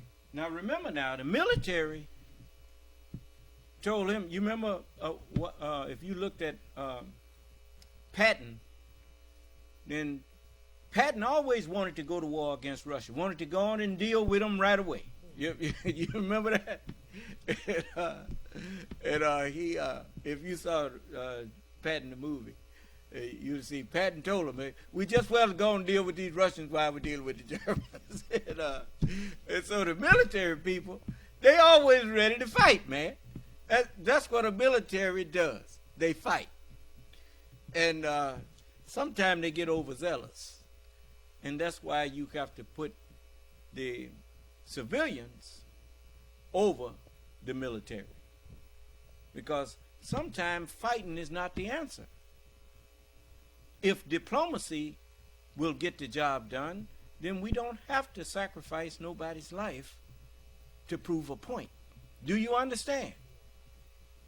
And so you always want the civilians to be the ones to determine if war is necessary. Because as far as the military is concerned, war is always necessary. That's why every day they training to fight. When it ain't no war, they training to fight. And if it says time to go fight, they say, yeah, I'm ready. And they go. And so, you know, that's just the military. So don't hate them, because that is the kind of world you live in. And they had to be ready to fight on a minute's notice. You remember in history they had what was called the Minutemen? They fight in a minute. Do you understand?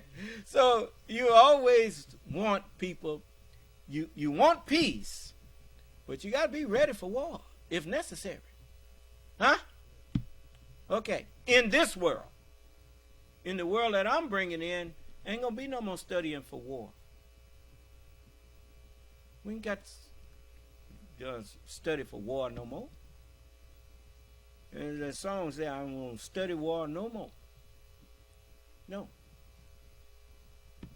The problem with studying for war, once you learn the art and science of warfare, you almost really want to use it. Where even when you could have maybe made peace, that ain't no fun.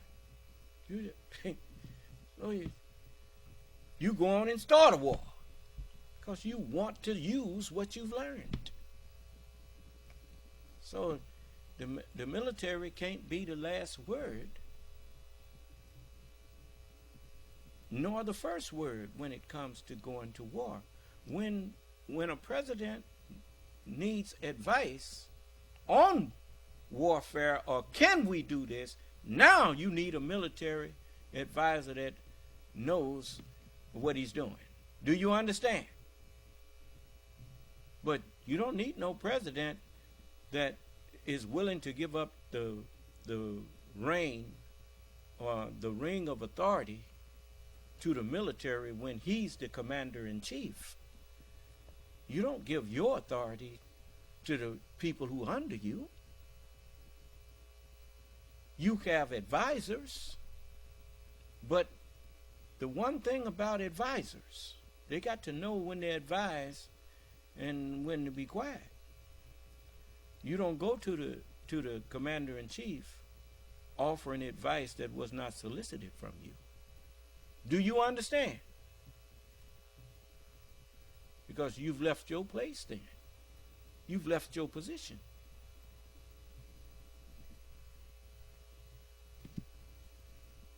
So, but anyway. Intensified for him the sense of danger that a war might be unleashed in circumstances that he might not be fully in control of. Every man, woman, and child lives under a nuclear sword of Damocles, hanging by the slenderest of threads, capable of being cut at any moment by accident or miscalculation or by madness. The weapons of war must be abolished before they abolish us.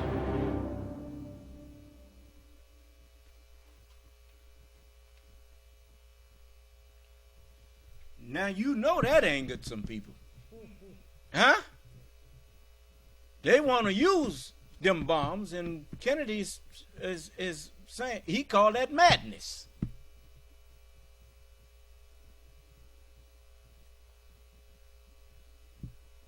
But anyway.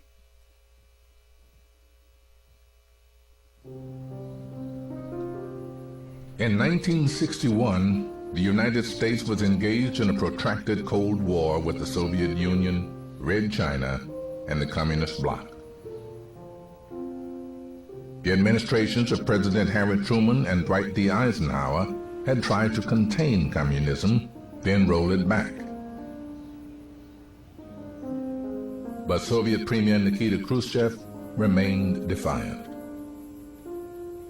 With both sides escalating the production of nuclear weapons, confrontation between the superpowers in Cuba, Berlin, and Vietnam threatened to turn the Cold War hot. It was into these circumstances that John F. Kennedy, at the age of 43, was elected the 35th President of the United States.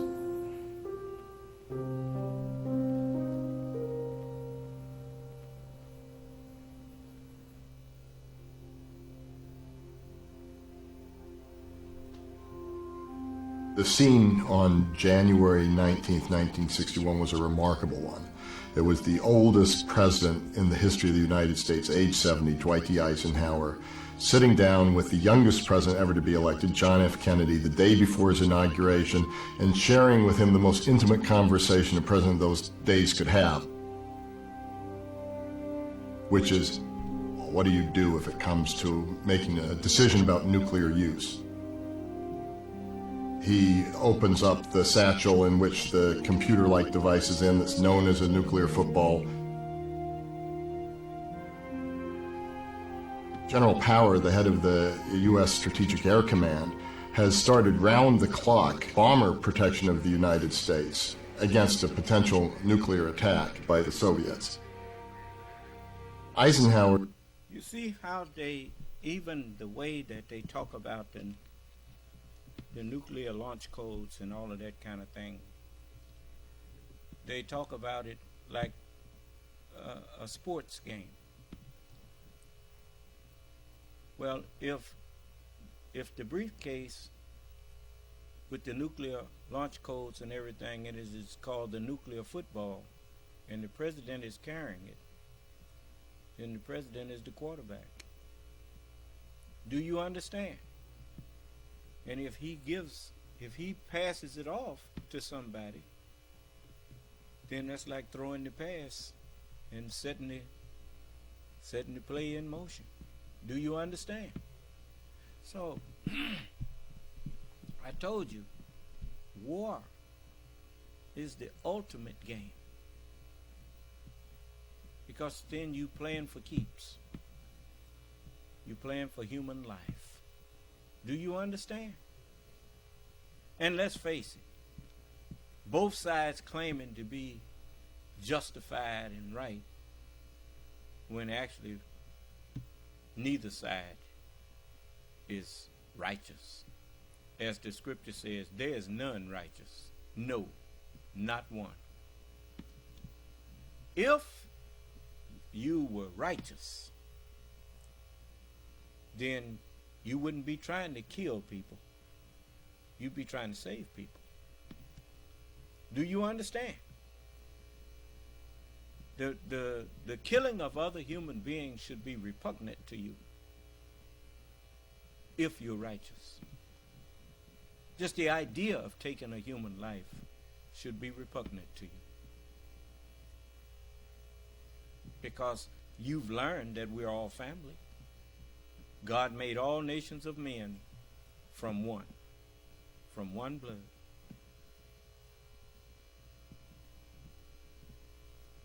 You see, it's just like when you look at us, we produce black and a reddish brown color. That's what the Native American was called, a red man. Do you understand? But if by mixing them, you can get a brown man, a really brown man. Black, brown, and yellow makes brown. I mean, black, red, and yellow makes brown. Do you understand? Mix those colors and you get brown. So in the brown, in the red man, you got the yellow man, and you got the white man and the yellow man. You see, but to get back to this, President Kennedy, he he was the right man in the right position for the time that he was living in. It was time to get, I mean, Eisenhower was a former general in the army. He didn't have no particular dislike of warfare. He had just won a war, and was ready to go again if he had to. So it was time for a change. And good that they had a young man that had a different vision and had a different outlook for the future of the United States and the world. And so, man, I remember when they had us in elementary school. I was just 10 years old in 1960. And so I remember duck and cover. Some people were building bomb shelters and all that kind of stuff. That nuclear threat was there. And we didn't know that duck and cover wasn't going to save us. They was just telling us to duck and cover and don't face the windows, because they didn't want you to see death coming. That's all. Do you understand? And but anyway, you listen to what they were saying about John Kennedy. Says what he wants Kennedy to know about Khrushchev is he's brutal, incalculable, that he's going to run hot and cold on you. It struck Kennedy that Eisenhower was referring to the Soviets more as animals to be tamed rather than negotiating partners. Think over that. That's what people who want to go, when you're getting ready to go and kill other human beings, you have to convince yourself that they are something other than human beings. Do you understand? Because it's unthought of for you to look and see this person as a human being, and because then you're a human being. Then you got to see them as your brother. And so you call them by names, the Russian bear, the so-and-so. No, those are human beings. They call Americans Yankees. What is that? No, they're human beings. But in order to feel free to murder them, you got to rename them. That's what slavery did with us. Niggers. That's better. What is nigger? Anything other than human. Do you understand? Then you can mistreat them and feel not so much guilty about yourself. And even then, the wise ones, they know it's a lie. So they rename them and then get a dumb overseer and tell him, these is niggers. So just keep them in line for me. Like Pilate washed his hands of it.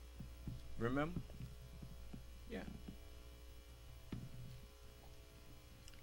So I want y'all to pay attention. Man, you got the envy of the world here. And they done convinced you to burn it down.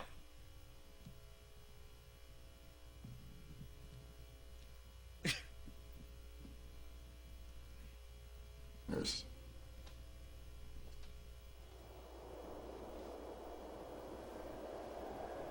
I remember, being there at the inauguration day. Oh boy, it was cold.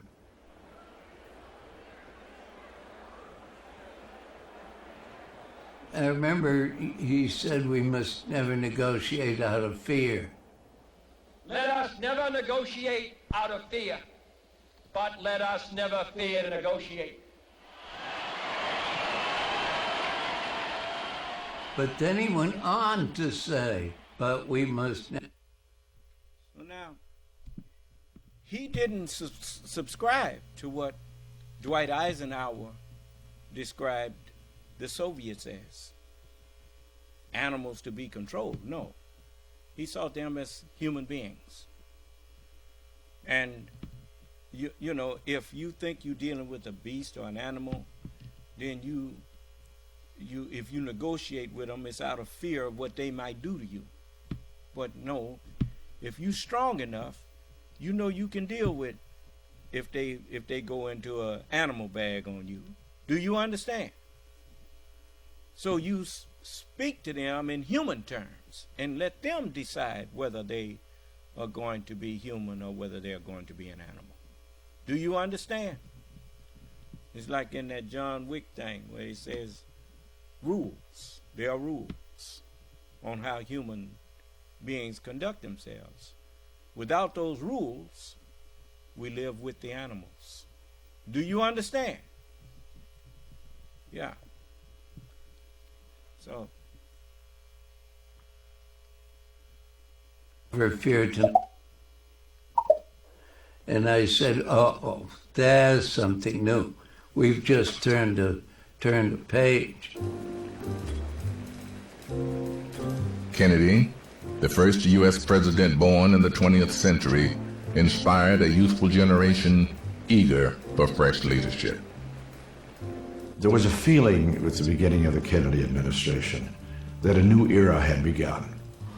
John F. Kennedy came promising a new frontier. It was going to be a time of endless opportunity, and to be part of that era was one of the great honors of one's life. I'll never forget the first time I walked into the White House to see my old friend Ken O'Donnell, who was President Kennedy's appointment secretary. We just looked at each other and burst out laughing. You know, what are people like us doing in a place like this? I was the youngest member of the Kennedy White House. I had graduated from college last. Everybody was very excited. We knew we were making history. We were ready to go. I traveled everywhere with him. He was such an exciting man, but also one of great principle. We were called special counsel, and I was assistant special counsel, and it was just perfectly obvious. The guy had a first-rate mind, and he knew how to use it. For example, taking Arthur Schlesinger, the most renowned historian in the country, and making him a special assistant to the president in the White House so that the president had reference to a historian who could put events in perspective. JFK pulled that. Now, turn to that chapter that I told you, the 11th chapter of Proverbs.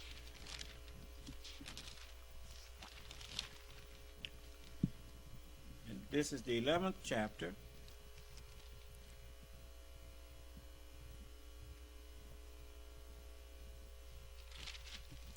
It says, listen good now. This is, I'm going to start at the 12th verse. He that is void, meaning he that is absent of wisdom, despiseth his neighbor. But a man of understanding holdeth his peace. Huh? Says, a talebearer revealeth secrets, but he that is of a faithful spirit concealeth the matter. I remember the messenger said this. He said, if the truth will cause innocent people to be hurt worse than a lie, be quiet. Remain silent.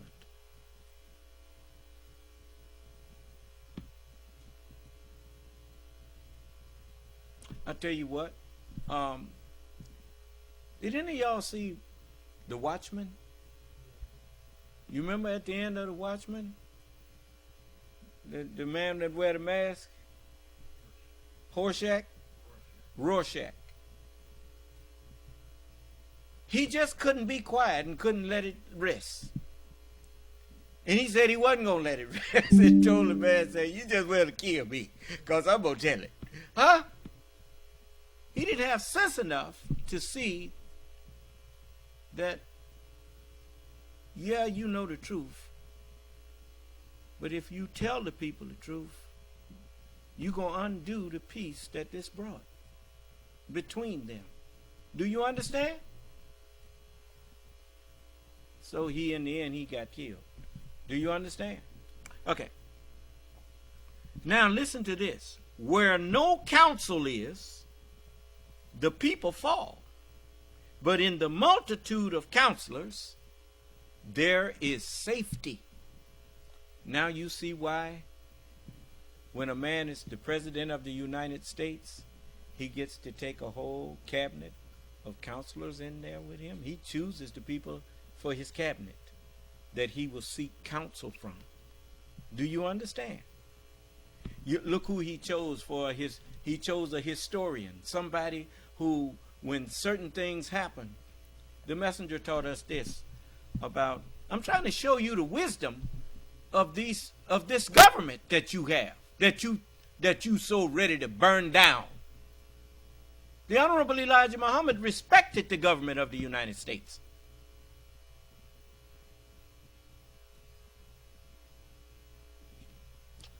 Anyway, and they respected him. The messenger said, history is the best rewarder of all research. When you see something that is happening, it's just like, you notice, when Jimmy Carter was running against Ronald Reagan, and they took hostages in Iran, they held up those hostages in Iran to help Ronald Reagan win. Do you understand? They didn't want to let the hostages go while Carter was still president, because it may have helped him win the election, so they held him. Do you understand? And you see, just like this convenient thing that happened over there in Gaza during the election year.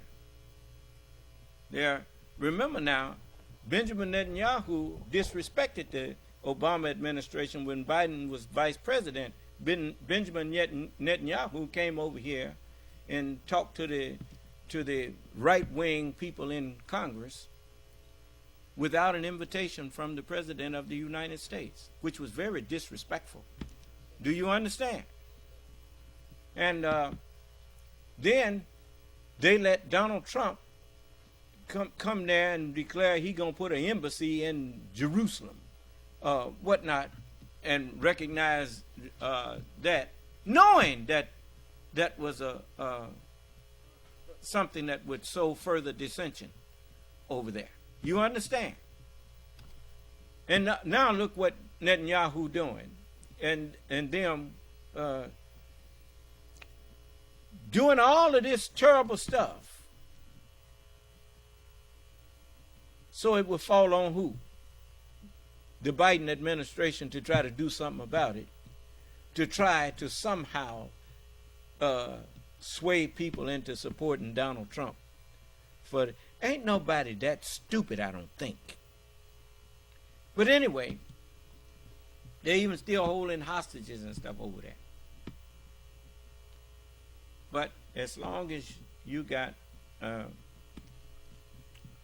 President Biden, you got a chance to save your country.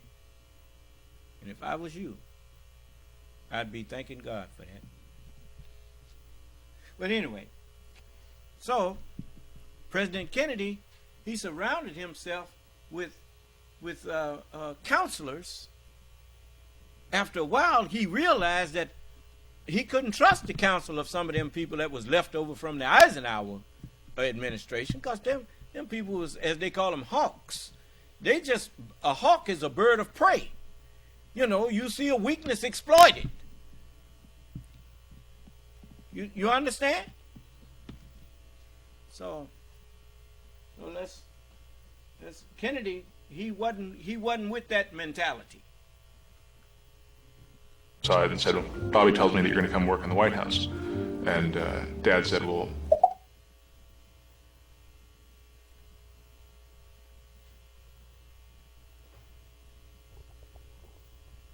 Arthur Schlesinger, the most renowned historian in the country, and making him a special assistant to the president in the White House so that the president had reference to a historian who could put events in perspective.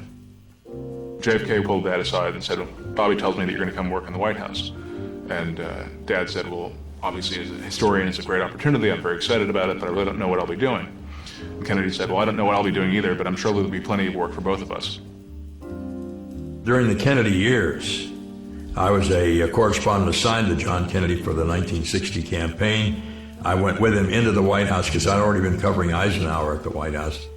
Kennedy was a force in this town, well-versed on foreign policy and very articulate.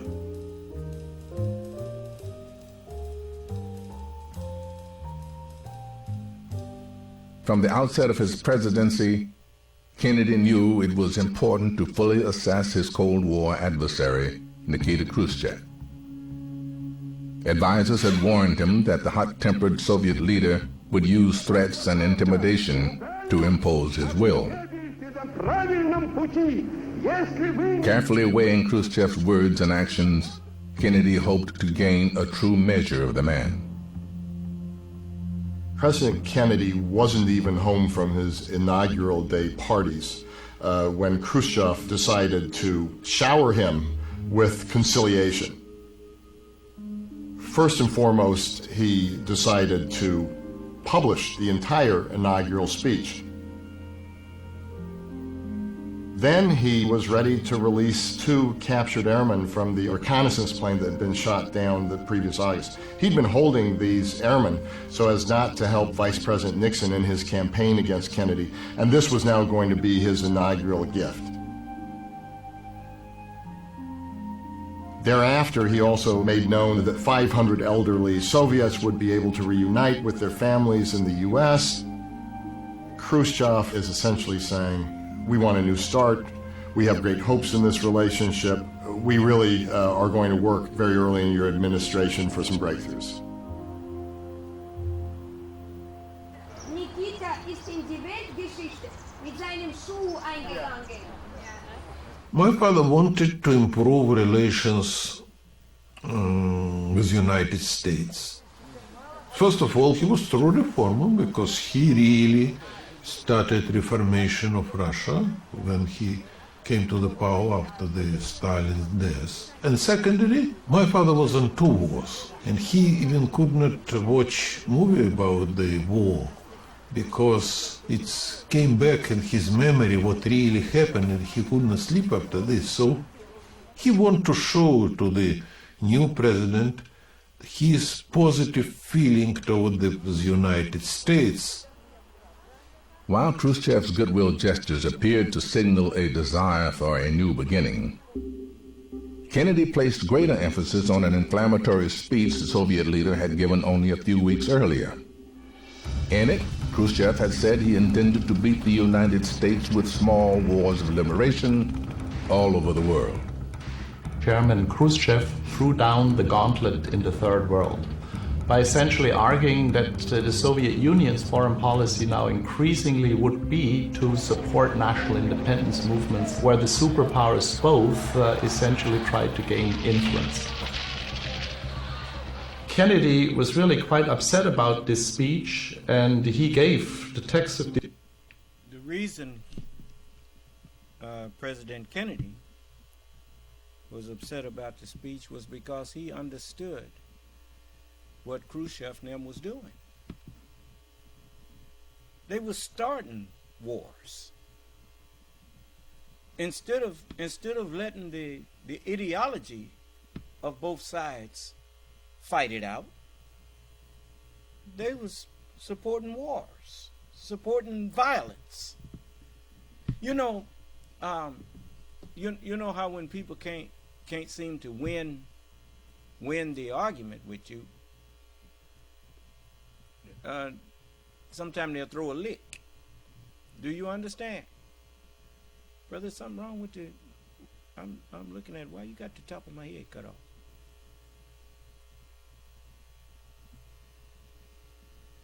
Pay attention to what you're doing.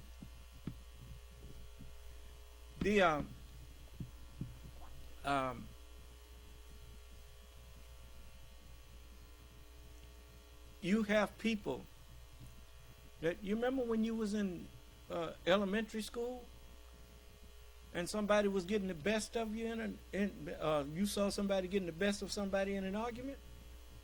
Next thing you know, the one that was losing sometimes had generally, it's a general understanding that most people who was quick to fight was a little slow. Do you understand? The wise people, the smart students, they wasn't fighters most of the time. It was the average and below average students that did most of the fighting in school. The ones with all of the brainy people, they talked things through. And people that was not quite as smart as them oftentimes was jealous of them. Do you understand? And so they would oftentimes beat them up, or they would sometimes do things to them. But as I told you, that stuff can come back and bite you. You picking fights with people that's got more sense than you, they mess around there and get in a laboratory somewhere and make something that they'll fix you with. Do you understand? So anyway, Kennedy saw what Khrushchev and them was doing. See, the ideology of America and the United States Democratic Republic, it outshined communism. Do you understand? When people saw what was actually going on in the two nations, they was choosing to leave the USSR. Well, how do you combat that? Well, start wars. Get them fighting each other. Then they'll forget about their ideologies and just focus on their anger. You understand? Yeah. So Kennedy saw that. You know, it's just like here. What these people doing? They try to manufacture a boogeyman. This country, how long the borders down there on the southern part of this country, how long they been like they are? They ain't always had needed no fence down there. Or nothing. They still don't. All you have to do is give more judges and things and let people take the honest route to immigration. But the main thing is, what needs to be done is that the United States and Mexico and other countries, if they had the right people in charge of them, they could send students here to learn how to set up what they come into here. They can help set it up back there where they come from. Do you understand? And everybody can be free. Everybody can have a wonderful government. As George Washington said when he saw the value of what he had here, he said he hoped that every nation would adopt the United States Constitution. as their own. Do you understand? Because it works, man. If you agree to live by the rule of law, it will do until righteousness takes its place. It will do. Do you understand? If you just agree to live by the rule of law and let those laws apply equally to all across the board, then your people will be at peace as much as possible with the lack of a spiritual consciousness that is awake. But I'm here to awaken everybody's consciousness. And when we are all awake, as the book says, awake to righteousness. That's right. That's what I'm here to. Just like when the sun rises, you notice it's something about the sunlight, it just pulls your eyes open. Yeah, and something about the Son of Man's light pulling your spiritual eyes open too. That's why many are listening to me now that used to wouldn't listen to me.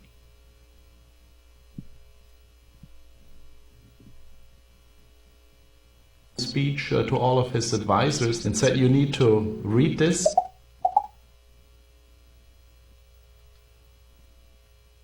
Now, as you look at what President Kennedy did concerning Khrushchev's overtures of releasing the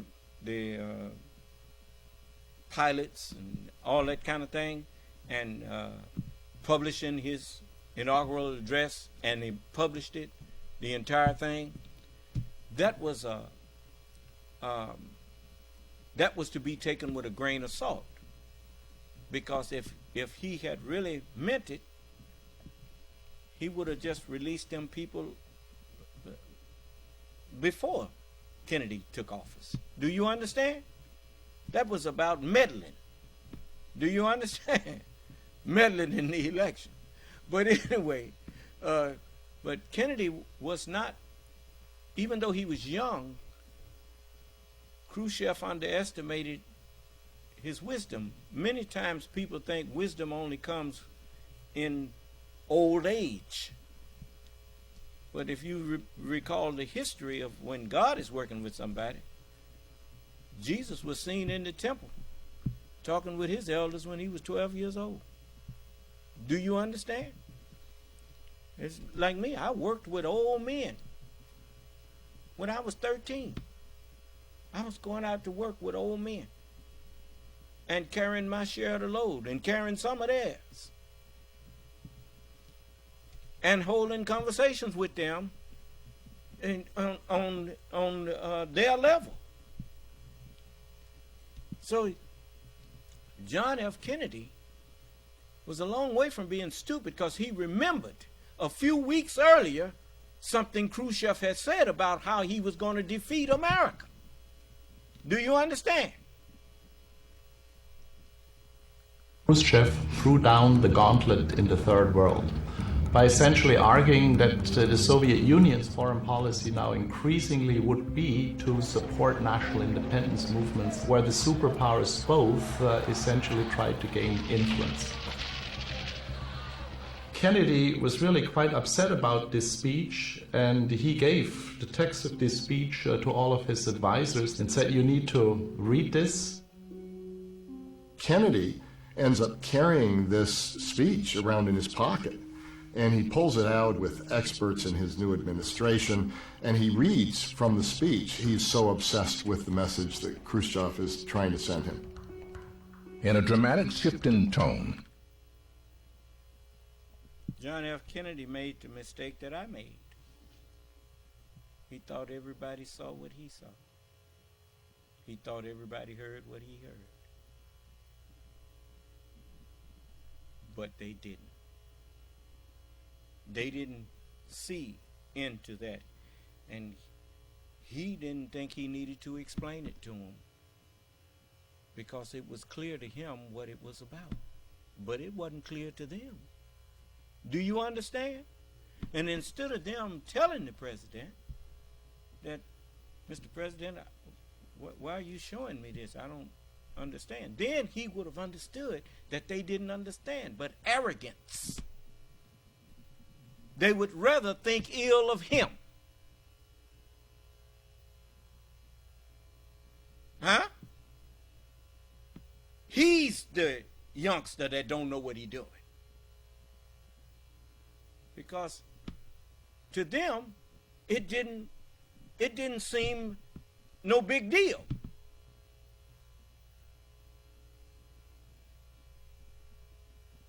You remember when Brother Donald told you I told him that I was the Son of Man? How he reacted? I mean, he knew me when I was dead man. He the one brought me to the temple. So how could I be the Son of Man? That's what was in his mind. But if he had known the scripture, he would have known that the Son of Man is a dead man that had to be raised from the dead. Do you understand? But, I wasn't mad at him or nothing. But he didn't bother to question me and to go into it with me. He just assumed he knew that it's something wrong with me. Do you understand? What were you picking up your mic for? Yes, sir. A question from Eric Bell.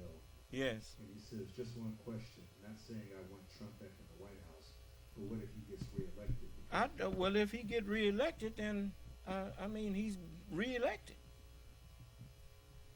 I'm not concerned about what Donald Trump can do to me. Donald Trump can't do nothing to me. Ain't nobody on this planet do nothing to me. But if people put him back in there, well, they asking for whatever he do to them. He's already showed them what he's capable of. So I'm not here to beg people to do nothing. I'm here to point out to them that they got, you got a history of a man who cared about this country. Now you got a man in the office that has shown that he cares about the United States. If you ain't got sense enough to keep him in there, well, that's you. That ain't on me. I'm a warner. I ain't got to try to force you to do nothing. Kennedy used tough language to confront the Soviet threat, and at his first State of the Union address, he announced his intention to accelerate U.S. missile and submarine production. Each day we draw nearer the hour of maximum danger as weapons spread and hostile forces grow stronger. I feel I must inform the Congress that our analysis over the last 10 days make it clear that in each of the principal areas of crisis, the tide of events has been running out and time has not been our friend.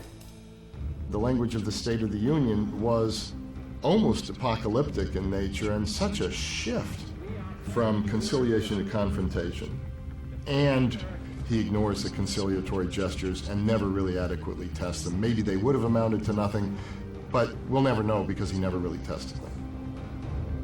Kennedy's struggle to understand how best to deal with the Soviets was only just beginning. No, what they missing is that he had advisors from the White House administration that he was listening to too on that situation. Do you understand? And and also Khrushchev's own speech about how he was planning on undermining and destroying the United States with all these wars. Now, but how sincere could that gesture have been if he, before that, was saying what he was going to do to undermine the United States? Huh? So Kennedy had to err on the side of caution. Well, I tell you what, we're we going to ready our military. Do you understand? That's what he said. He going to start bolstering military production and stuff. And just in case, since you say you going to create more wars everywhere, well, we going to make sure we ready for you. Do you understand? And so Khrushchev signaled what he was going to do, and President Kennedy had to take him at his word. Do you understand? So Kennedy's presidency was very substantially absorbed by the challenge of the Cold War, which played itself out on stages all over the world. Berlin, Cuba, Vietnam, and he's obliged to keep tabs on these matters continually. Now, observe what was happening in Berlin. When you see this next clip, observe what was happening in Berlin. And Khrushchev foresaw it happening everywhere if you let peace and let people be calm and have a chance to look and compare what they have to what the West or the United States was offering in the way of government and whatnot. And then you will see why he said he's going to starting wars of liberation and that kind of thing. On the wars on the pretense of liberation. Do you understand? No, he just want to get people fighting so they will forget, just like they want to put guns in everybody's hands in the United States and get you to hating each other so that you won't realize what they really trying to do is get you to destroy yourself. A house divided against itself cannot stand. Well, they done already armed you. Now they're trying to strike the match and light the fuse. Donald Trump lit the fuse once and it got blowed out. But he wants to light it again. Do you understand? Okay. But watch. This is what Khrushchev saw that he couldn't answer. He couldn't do nothing. The only thing he could do was start wars.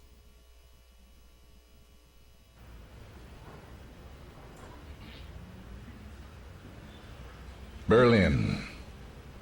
Nikita Khrushchev called it the most dangerous place on earth. Since the end of the Second World War, Soviet, British, French, and American forces had... Why did Khrushchev call Berlin the most dangerous place on earth? It was the most dangerous place on earth for the Soviet Union. Because communism was seen in its starkness next to democracy, in its starkness. And communism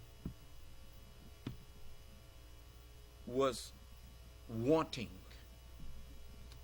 It could not compare to democracy. The freedoms that the people that were in a democratic society just outweighed and outshined what communism had to offer. Do you understand? So Berlin was the most dangerous place on earth for communism. You understand? And communism was just another way of a word for dictatorship.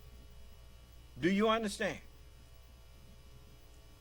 So watch what was happening when people wasn't fighting, just comparing one government to the other.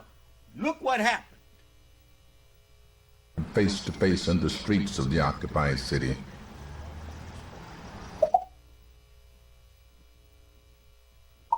the most dangerous place.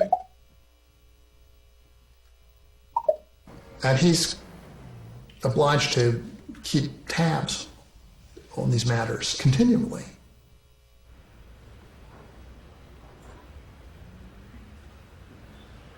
Berlin. Nikita Khrushchev called it the most dangerous place on earth. Since the end of the Second World War, Soviet, British, French, and American forces had stood face to face in the streets of the occupied city. And the situation was growing tenser by the day. One thing Kennedy brought with him into the administration was an awareness of the vulnerability of Berlin and the importance of the American commitment in Berlin.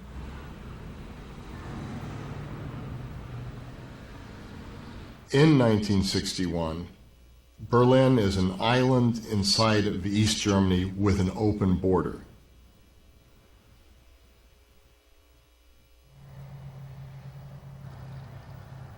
Berlin was divided into 4 sectors. The Soviet sector housing the communist government of East Germany. But the other sectors were in the occupation of the United States, Britain, and France. And Khrushchev wanted to end that situation. Berlin was always a symbol to the Soviet Union of communist failures. Soviets were being embarrassed by the numbers of people trying to get out from communist control. They were losing some 100,000 people every year, more than 10,000 every month. It's the best doctors, it's the best farmers, it's the best teachers. So the front line of the Soviet empire is being drained of its intellectual and professional lifeblood, therefore threatening the entire Soviet construct. If Khrushchev were to use military force in Berlin, Kennedy and his Western allies had few options. If they march on Berlin, we don't have the troops to fend them off. What are we going to have to do? Going to have to use nuclear weapons. And what does that do? Kennedy was looking for a capable advisor who could provide a coherent policy for dealing with Berlin. President Kennedy brings Dean Acheson back into service, the legendary Secretary of State of Harry Truman, a hawk's hawk when it comes to dealing with the Soviet Union. Acheson was a tough old hawk who believed that you didn't negotiate with the Soviets, that they only understood power. You had to be willing to fight, to go to the brink, to show them that you had the military capacity and the willingness to use it.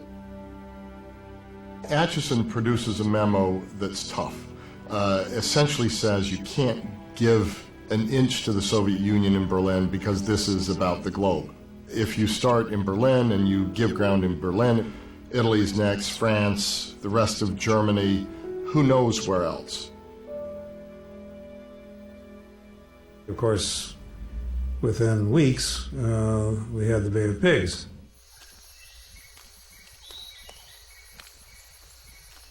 In the years preceding 1961, a revolution on the Caribbean island of Cuba, led by Fidel Castro, ousted the country's repressive dictatorship and seized all foreign-owned property.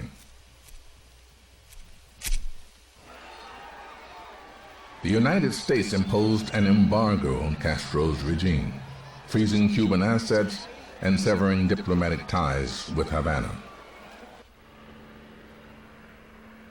The Cubans turned to the Soviet Union for support.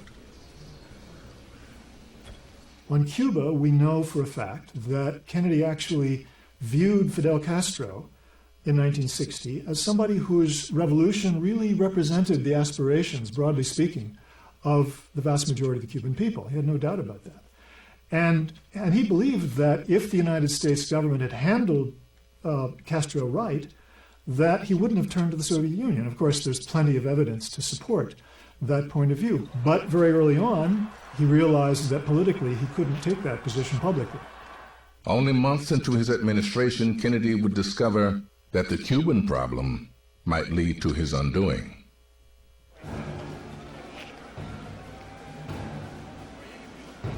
As soon as the Kennedys got into office, they had to worry about Cuba. The CIA had cooked up a plan to invade Cuba with a force of exiles, and the CIA was itching to use this force and overthrow Fidel Castro. He had inherited the whole thing from the Eisenhower administration. He had been told this plan for landing at the Bay of Pigs was going to be successful. There was no need for him to consider the necessity for use of military force by the United States. We didn't have to be directly involved. That was the premise. But President Kennedy was misled. His leading advisors, particularly his military advisors, had not given him the truth. Same thing was true for the CIA, by the way. That's because they did not respect him. You know, people oftentimes, they think that, I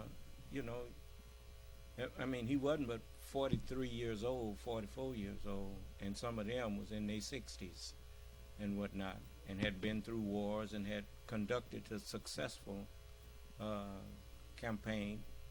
And so now here they taking orders from a man that's almost 20 years younger than them. And their egos got in their way. Do you understand? And so they decided they was going to manipulate him. And then when he discovered that he was being manipulated, at some point he discovered it. And then they tried to follow through on what they really had planned, and he wouldn't let them. And then they really got angry. Do you understand? So, you know, this is something that people forget. They got a song that in church that says,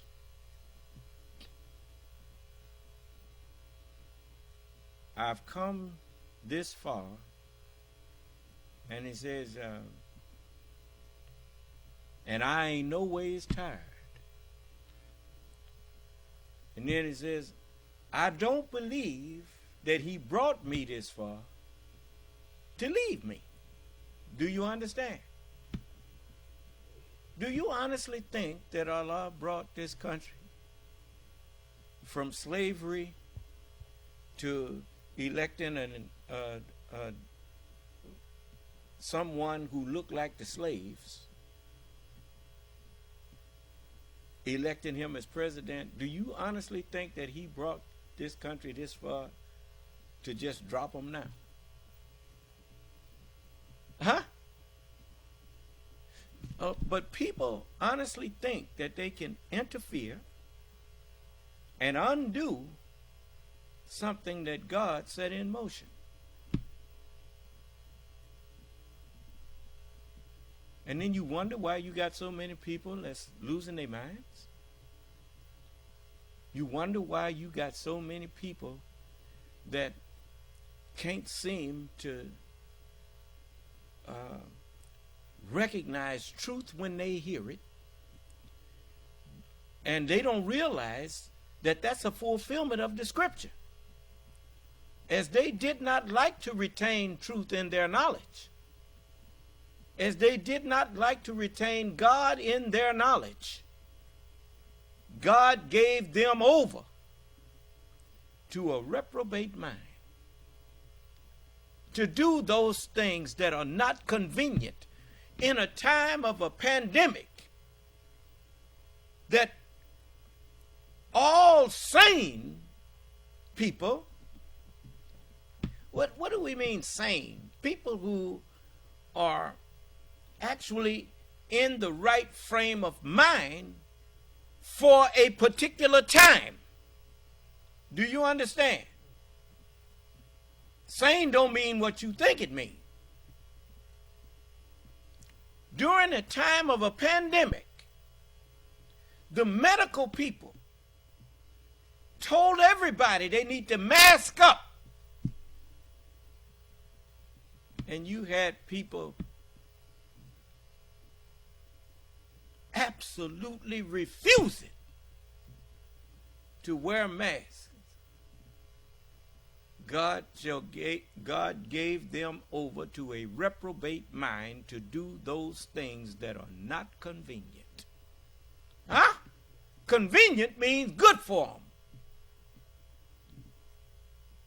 When you got an unseen killer virus floating around amongst people that you have seen kill over 1 million of your neighbors, and they tell you you can protect yourself, that it has been effective to wear a mask, and now we even have a vaccine, and they refused both. Huh? Gave them over to a reprobate mind. I didn't hear you. All right. Let's see here. The basic issue in Cuba is not one between the United States and Cuba. It is between the Cubans themselves. And I intend to see that we adhere to that principle. And as I understand it, this administration's attitude is so understood and shared. What he meant by that was that the Cuban people were in their own revolution, their own civil war. And just as they didn't want nobody and didn't know outside forces that we know of participate in the civil war in the United States, the United States should not be participating in civil wars in other countries. Do you understand? Let that be a family affair. Huh? All right. But he had advisors that he listened to, and that's what that Bay of Pigs things was. That wasn't President Kennedy's idea. That was the military people and the CIA and many of them who had another agenda. It was their idea. But he was president, and he listened to the wrong people. Do you understand? By the anti-Castro exiles from Cuba in this country. The planning had been that if the invasion didn't succeed, the United States would introduce its own forces. But the CIA never clearly communicated this rather essential fact to the president. Persuaded by CIA officials who were withholding vital information and concerned about the political fallout of appearing weak on communism, the president authorized the CIA plan for an invasion of armed Cuban expatriates at the Bay of Pigs. The Cuban exiles landed at the Bay of Pigs. It was a disaster from the get-go. 1,000 of them were basically driven into the sea or captured. Most importantly, there was no air cover.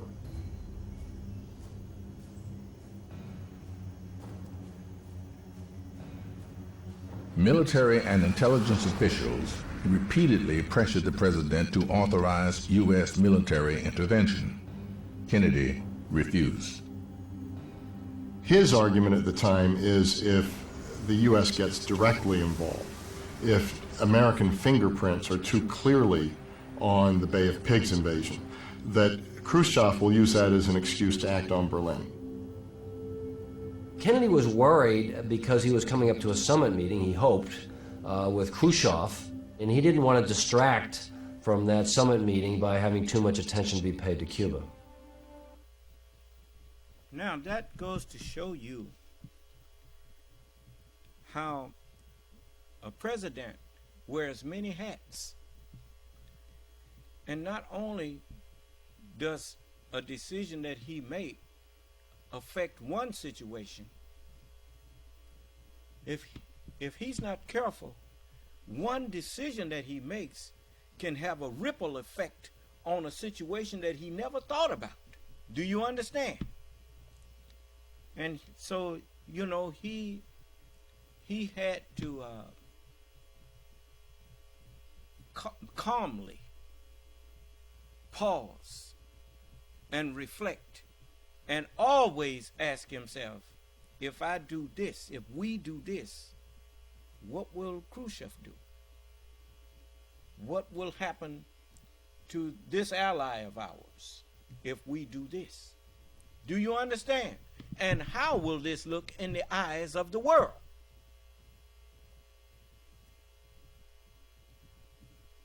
Only a fool could live in a democratic republic where they state that a man has a right to a trial by a jury of his peers.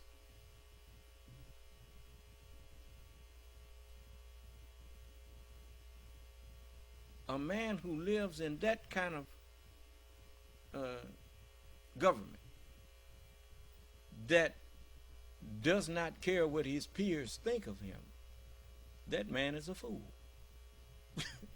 Do you understand?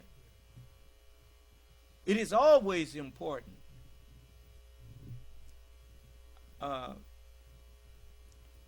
what other nations or how other nations view your nation. They are your peers. Do you understand? You cannot stop people from hating you, but you can sure stop them from being justified.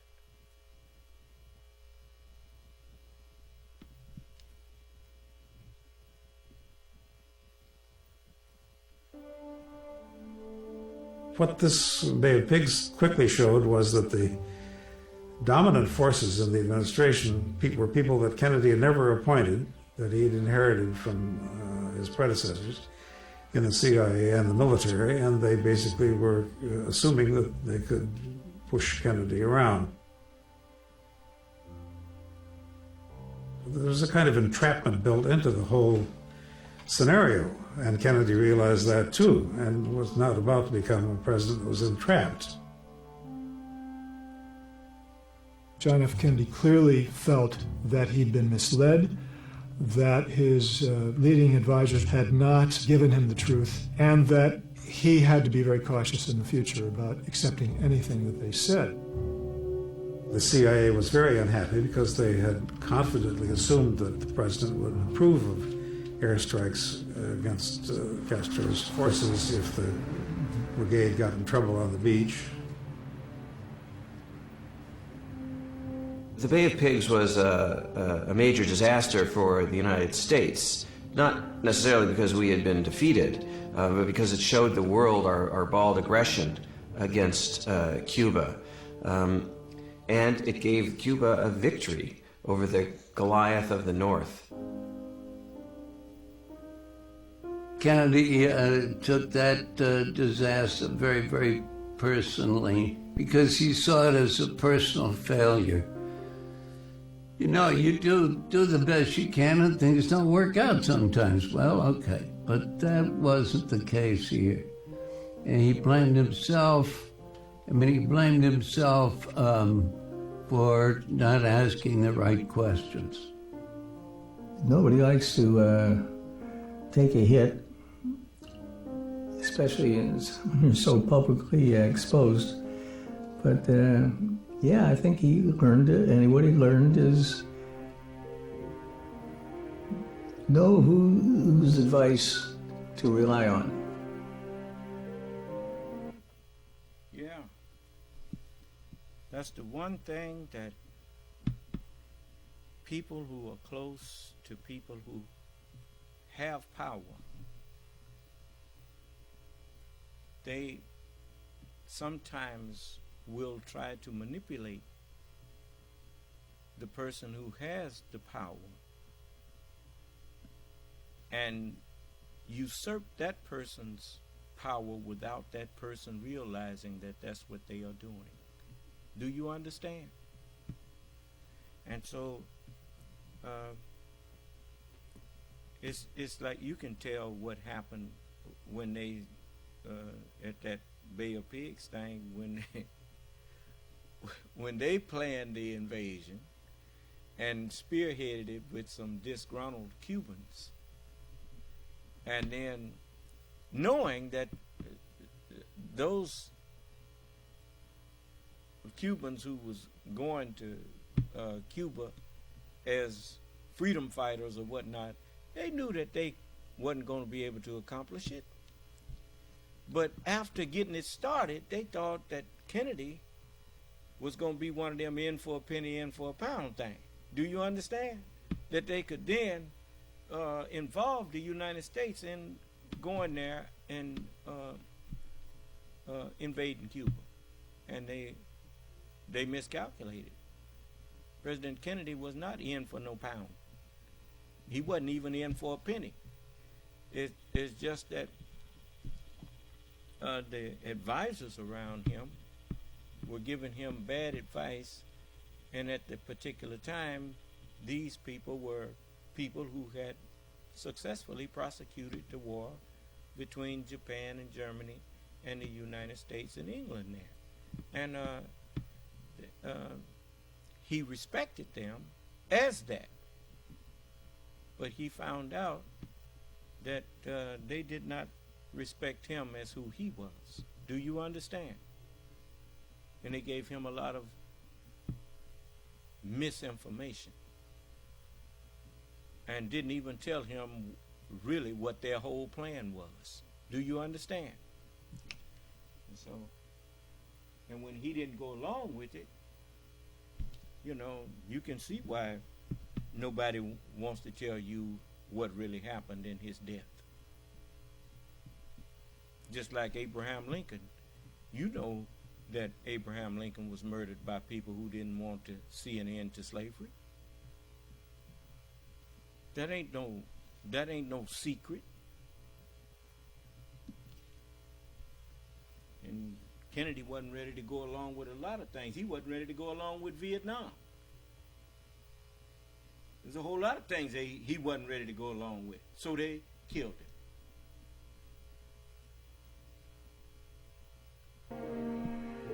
Kennedy rallied in a number of ways.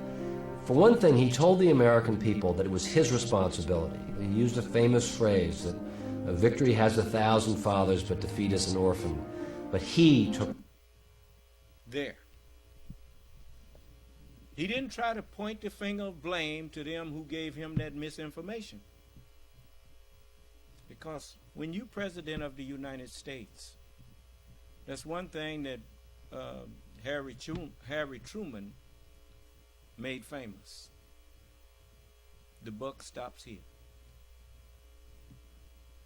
When your word is the last word, and as President of the United States, whatever happens, you gave the last word on it. Do you understand? So don't point to those advisors of yours. They advised you, but you made the determination to do it. That's how you knew Donald Trump never was qualified to be president. He never took the blame for anything, but he always wanted to take the bow if everything went right. Do you understand? Responsibility for it. And interestingly, his poll rating shot up to about 9 feet as an orphan. But he took responsibility for it. And interestingly, his poll rating shot up to about 90%. Americans like it when politicians take responsibility.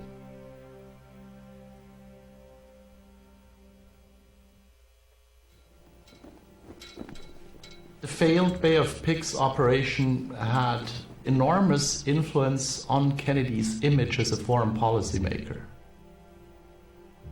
The Joint Chiefs felt that he was soft. He showed that he was soft on communism. He did not have the credentials from their point of view to be able to stand up. There was ambivalence about it. You see, that is a foolish thing to say about the president of a democratic republic, that he's soft on communism. the very nature of a democratic republic is against communism. Do you understand what I'm saying? A democratic republic, a place where the public is represented by people that they choose, by nature is against a dictatorship. Do you understand? There's no soft. Huh? And when you get somebody who now if he had been there doing like what Donald Trump did, going over there talking about how he fell in love with Kim Jong-un and him and Putin getting along fine. Well, how the hell you getting along fine and you are president of a democratic republic? How you getting along fine with a dictatorship? Explain that to me. How do you get along fine with that? But I just it's amazing. JFK. He was a whippersnapper. He was green. He'd been a Lieutenant JG in World War II.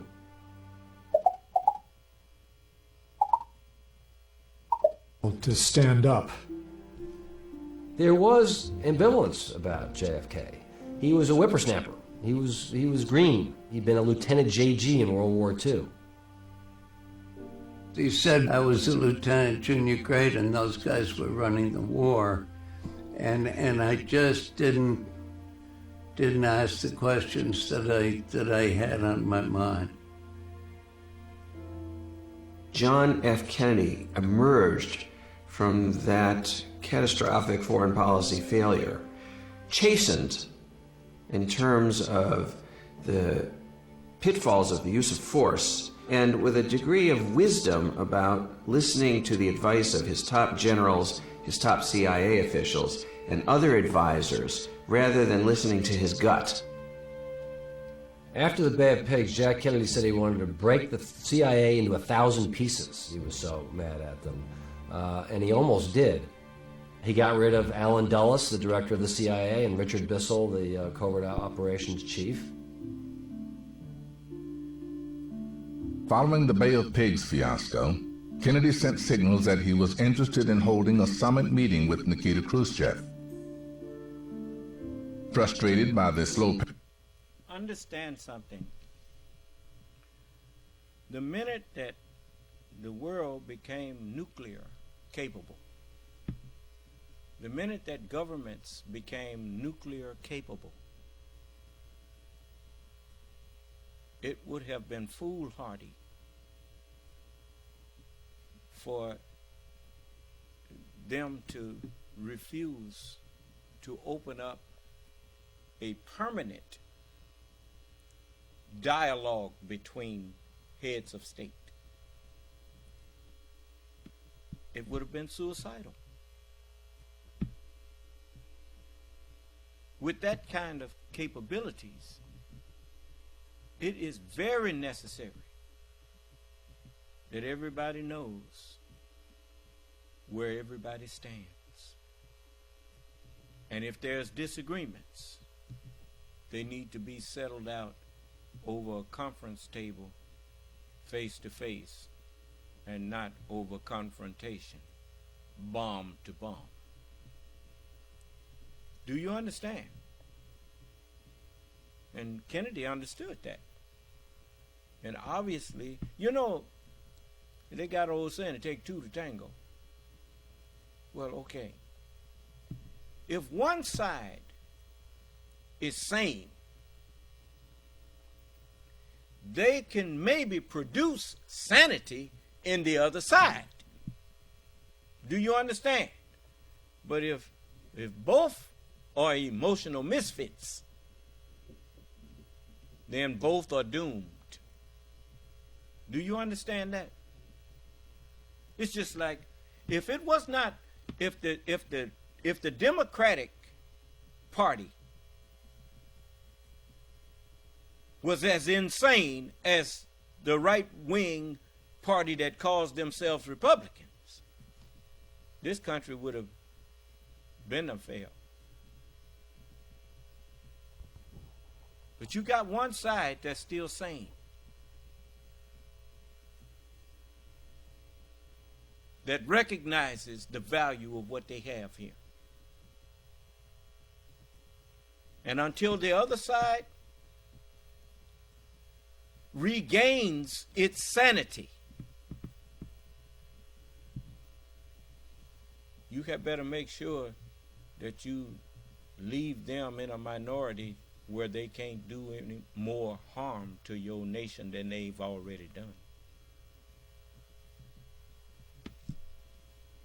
Now you can take my advice or not. I'm just telling you. You know what? If you know what's best for you, you will fill the House and the Senate with Democrats, and you will make sure you put Joe Biden back in that White House, and then whoever runs for president after him, until the Republicans get their sanity back, you better make sure you keep putting Democrats in there. You suit yourself. It's the bureaucracy at the State Department. The president decided to reach out to the Soviet leader through unofficial channels. Kennedy was determined to establish a dialogue with the Soviet Union and to see if there were issues that could be resolved and reconciled without a constant military confrontation. The Kennedys operated on many levels, and they liked back channels as a way of doing business. And they found one almost by accident. It was one of the most unusual back channels among major leaders in history of his brother, the Attorney General Bobby Kennedy, who knows all of John F. Kennedy's most intimate thoughts, and a Soviet military spy, Georgy Bolshakov, based in Washington, who really can't know anything very intimately about Khrushchev. Robert Kennedy, when he met with Bolshakov, wanted to communicate a couple of things. One, that Cuba was a mistake, but also that he wanted to have a summit. The president wanted to meet Khrushchev at the summit that June, and that set in motion the summit meeting.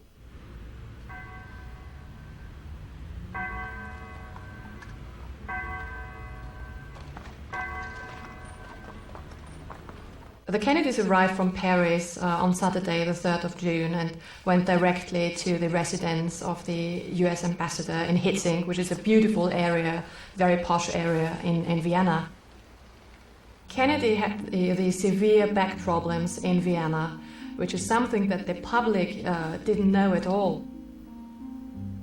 His doctors recommended him to use crutches, but Kennedy, of course, did not take crutches onto Vienna. If you ask me what the mysterious term charisma is, I would say that's Kennedy.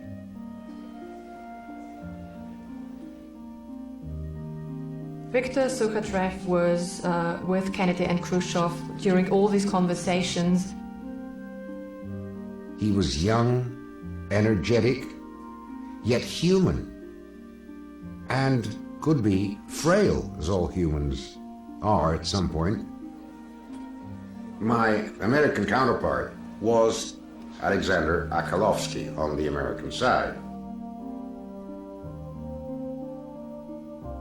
I had met Khrushchev on a number of occasions before, so I knew how he behaves.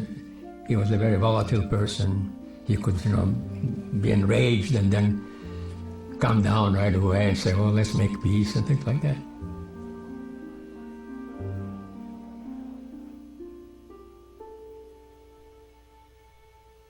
During their opening remarks, Khrushchev looked intently at the president and then asked, Mr. President, how old are you? And Kennedy said, well, I'm 44.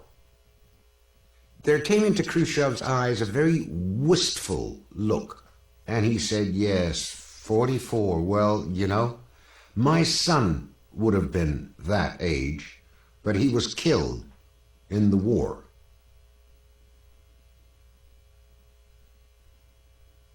In the first meeting of his conversations with Khrushchev, Kennedy got off on the wrong foot because they engaged in a pretty intense ideological debate.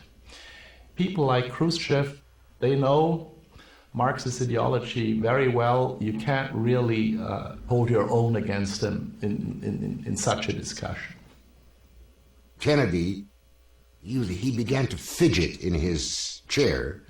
I later learned that that was because his back was hurting. After their first round of talks, as a form of relaxation, it's kind of like, this is a mistake that many people make. They assume because they can't do something that it can't be done. As he said, when Kennedy and Khrushchev got into an ideology conversation, that Kennedy made a mistake in trying to debate communism versus democracy with Khrushchev. And you know,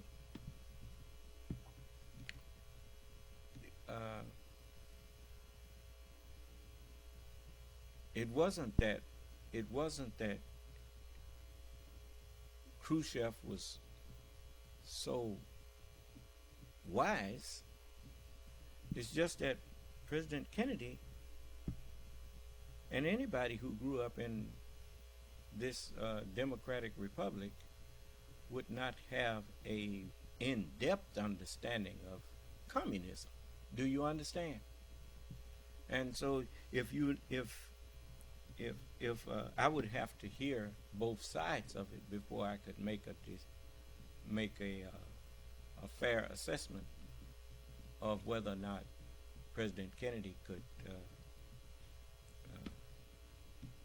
had won or lost that debate. But according to them, he did not fare so well when dealing with the subject of communism versus democracy.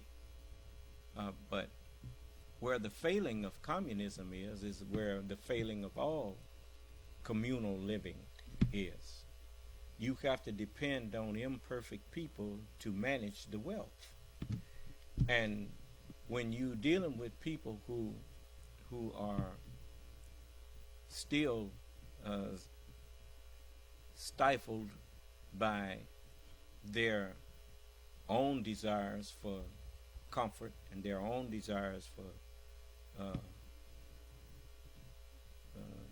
luxuries and things, then you always wind up with the person who's at the top, and the few people around them, they living fairly well, and other people are sacrificing. Do you understand? And that is one of the failings of the communal type of living that people have tried to do. Because you have to, it's a lot of things that have to be taken into account in that type of social environment. And it's certain things that just like they have a saying that there's no such thing as pure communism and there's no such thing as pure capitalism. Both are a mixture of things. There's certain things that just like they talk about Social Security, that's a social program. That's a socialist program. But it's in a capitalist society. Do you understand? You have to adopt some things for the good of your people. If a government does not serve the good of its people, that government deserves to be abolished. It's just that simple. There's no such thing as a government that the people serves. governments, people don't serve governments. Governments are supposed to serve people. Let him that is greatest among you be the servant of all.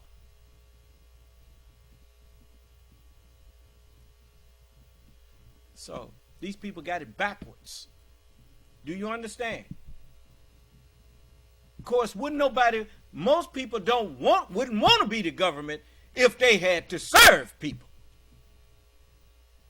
In this society, people serve their governments. Do you understand? You know, people get in positions of, it's kind of, it's a strange thing to hear somebody that you elect or put in office and you want to speak to them and they tell you, I'll give you 15 minutes. Whatever. What do you mean you give me 15 minutes? Really? So you don't even know what I want to talk to you about, but you're going to give me 15 minutes. All right. Thank you. But anyway, man, this is the kind of world we live in. I meant to say something about law enforcement day. They having law enforcement day today in Fayette. And people were, I wish I would have invited some of them to come on and talk with you. You know, I think it's good that people honor those who protect and serve them. It is a good thing. It shows, that's a way of showing appreciation. Always show people that serve you. Always show them that you appreciate them. That's when people really don't mind serving. The only thing that they really want from you is for you to appreciate them. That's all. I know that's true. Because that's all, it makes me motivated when people that I serve just appreciate. Just show that you appreciate it. And that's the greatest motivator on earth to someone who don't mind serving. So,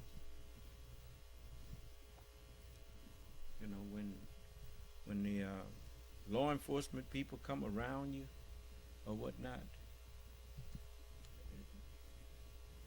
acknowledge them and obey the laws. The messenger said that he told this government, you will always find us to be law-abiding citizens of yours. When President Kennedy was murdered, the Honorable Elijah Muhammad got on Malcolm and set him down and told the people of the United States that we too mourn the death of our president. And the Honorable Elijah Muhammad was not a man who sit up and lie to you to appease you. He didn't have to say nothing. If he didn't feel anything, he wouldn't have said he felt anything. Do you understand? But as he said, even when their own people turn out to try to do anything to help us, they'll kill them. Do you understand? So, President Kennedy was a human being. So you don't needn't think that I think he was perfect any more than anybody else in this country or on this earth. But the man, he had what you call scruples when it came to his fellow man. And that's all you should ever require out of someone that takes a powerful position over other human beings, is that they care for the people that they have power over. Do you understand?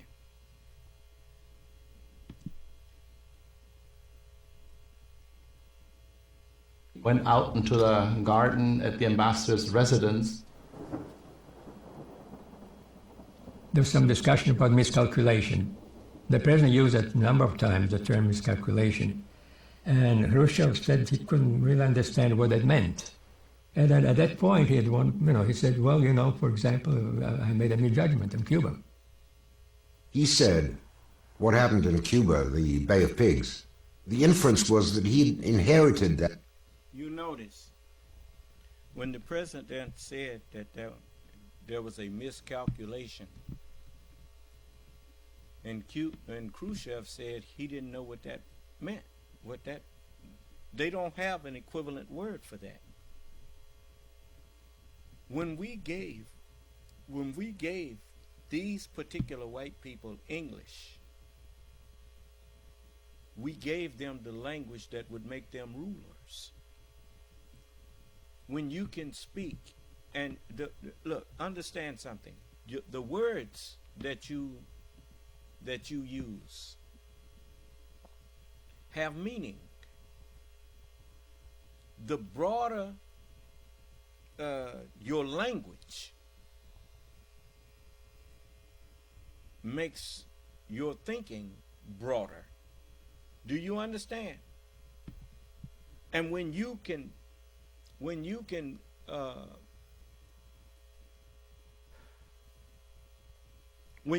think outside of other people, you're gonna wind up ruling. Do you understand?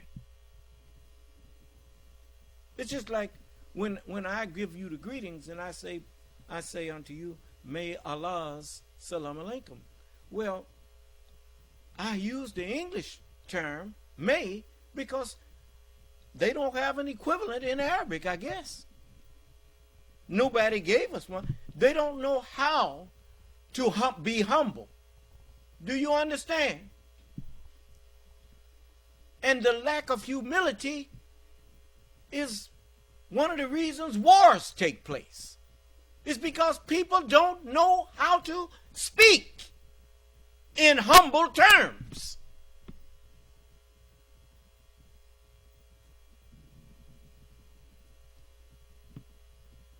It's just like you. You grew up with proper and improper. May I have a drink of water? Now I think in French they have a term s'il vous plaît. I think that means if you please. Do you understand?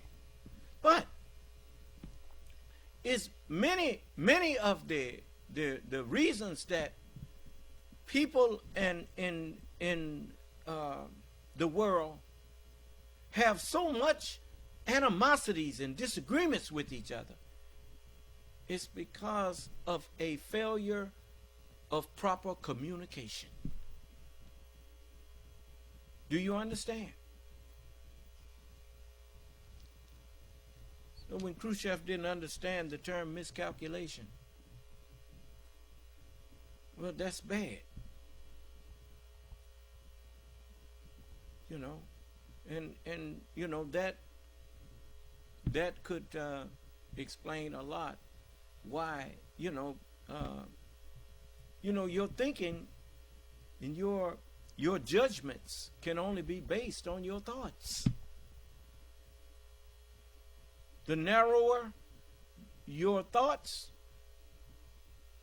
the narrower your judgments.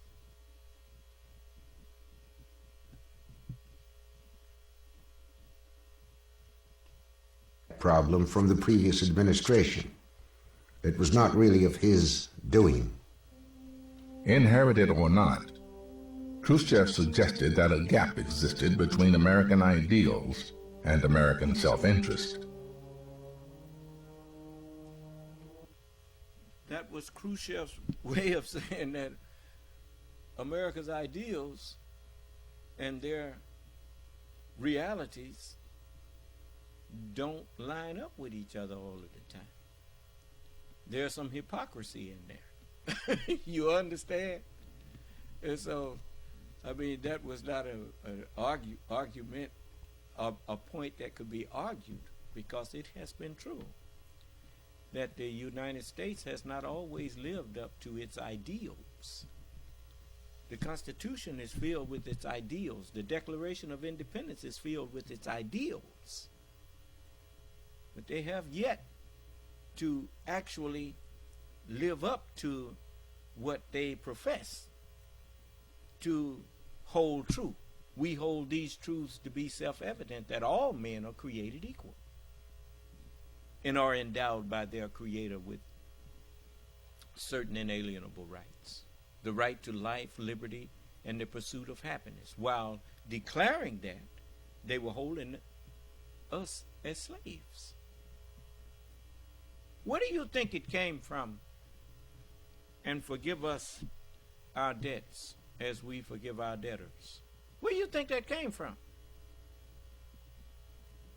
That came from the Holy Quran and the Holy Bible, where it says, at least the Holy Quran says it like this: what is the matter with them that they don't attempt the uphill road? What is the uphill road? To free a slave. Well, they had people that were enslaved, and they called them slaves, and they cast them into debtors' prisons. Forgive us our debts as we forgive our debtors. Huh? Because if you owe a man, then the borrower is servant to the lender. Do you understand? And so you have to be careful about holding a person, casting a person into debtor's prison until they work off their debt with you.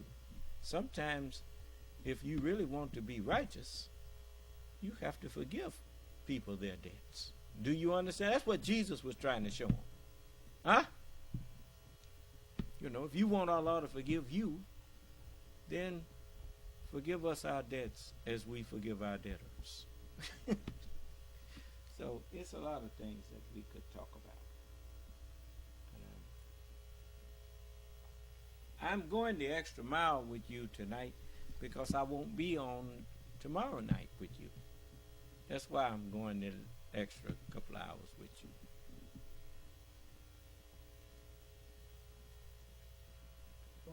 With little accomplished, the two leaders resolved to resume their talks the following day. On the second day, taking place at the Soviet embassy, all the talk was about Berlin.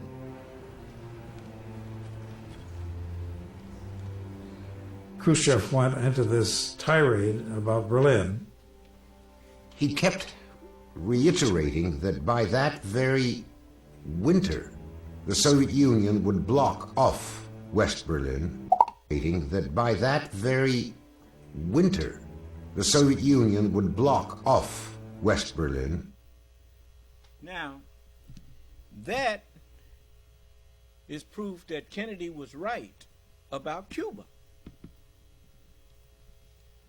He knew that if he did something in Cuba, he was afraid of what Khrushchev might try to do with Berlin. Do you understand? And now the very next day after that, they had that summit and decided they was going to talk about it again. So I guess Khrushchev understood a lot more about miscalculation than he said he did. Huh? But anyway, he brought up Berlin and was telling President Kennedy that I could take Berlin right now. Do you understand? And so Kennedy just listened to him, which is the wise thing to do. Just because someone says something to provoke you does not mean you have to take the bait, because it is better for them to see that you are not reactionary. And you can say what you can do all you want, but I'm not going to say what I could do if you do that. I'll let you think over whether or not you really want to do that. Do you understand? And so Khrushchev looked at President Kennedy and looked him in the eye and said, if we must go to war, we just well do it now. Kennedy didn't respond like a hothead. He just looked at him and said, well, look like it's gonna be a cold winter. So, I admire wisdom.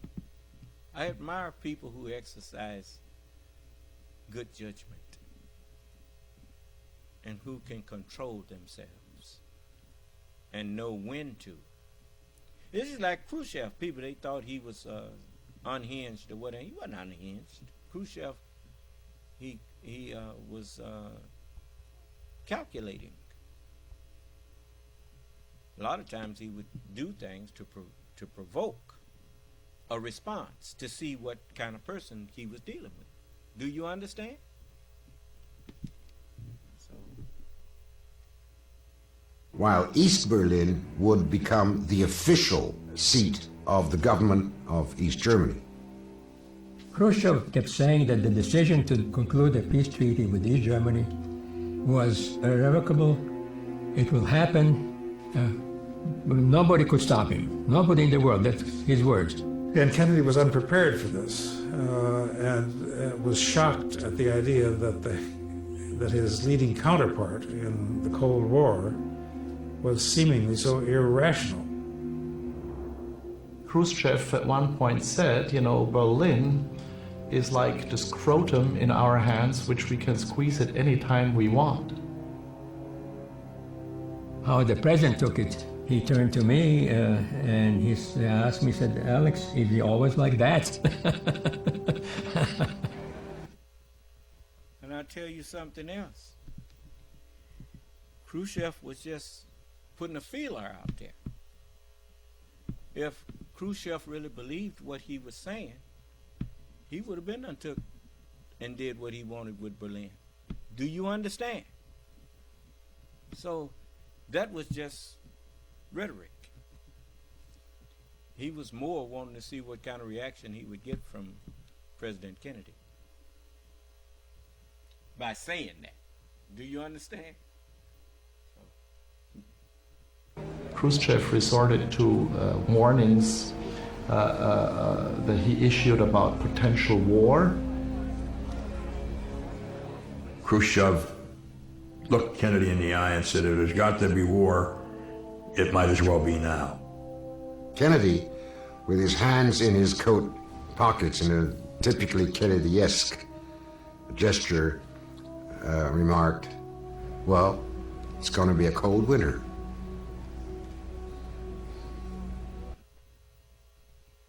The point is, Kennedy was not afraid of, look, remember something. If you are the president of the United States, or if you're the president of a great nation, then you never speak and meet with the head of other states and go in there with an individual's attitude. You go in there with the attitude as the President of the United States. And if you know anything about the history of the United States, you know that when all them other countries were dipping their flag to Adolf Hitler, the United States didn't dip no flag to no nation. Do you understand? And if you ready to go bowing to, like Donald Trump did with Putin, he over there bowing down to Putin. He didn't represent the United States. He was representing Donald Trump. Do you understand? He there looking at his mentor or his somebody that he look up to. He forgot. Matter of fact, he never did remember to be president of the United States. He never stopped being Donald Trump. Period. That was that. So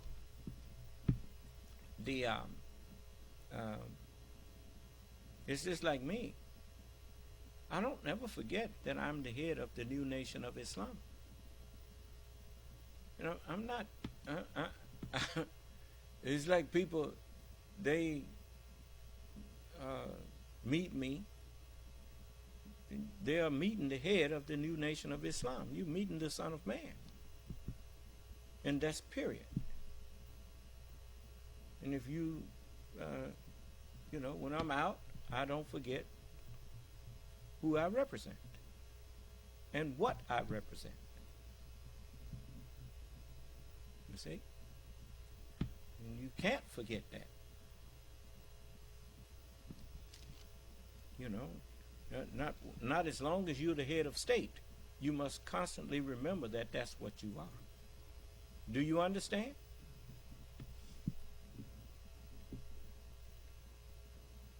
So he didn't forget that. That's why it didn't move him about him talking about war. The United States ain't no nation that's been afraid of no nation. When it comes to making war, we made them where nobody could defeat them. That's what the one who made them said. I can make a people that nothing could defeat. And he did. Do you understand? And so that's not something that frightens them. You know, that kind of war, we made him the champion of. But when it comes to ruling the whole of humanity, he can't do that because he don't have sufficient wisdom to do that. Many of them think that they can rule people with fear. Fear does not give you domination over people. Sooner or later, people get calluses. Just like you get calluses, you know, in martial arts from hitting bricks with your hand, you get calluses. But first it hurts. But after you get calluses, you can, that's what made black people in Africa have the practice of walking on burning coals with their bare feet. He been walking around with his bare feet for so long, his feet are like leather. And so he could walk on burning coals and not feel it because he got leather down there on his foot. Do you understand? And so likewise, you can't rule. The human being was not made to be ruled by fear. The human being is the temple of truth. The truth rules us, not fear.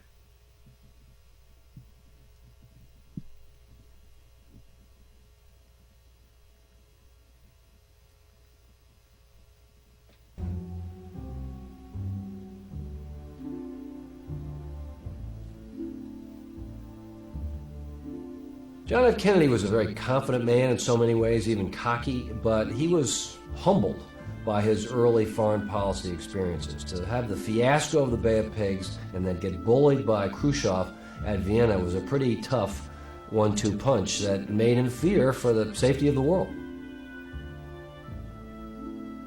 You really see a president on emotional edge, feeling that he's failed in the most important moment of his presidency and believing that the stakes are nuclear.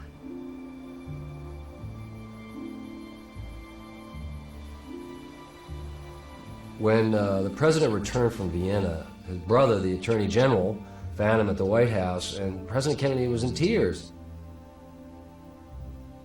And he said, "You know, Bobby, you and I we're adults, we've had a good life. But our children, I just can't stomach the idea of our children not having a chance."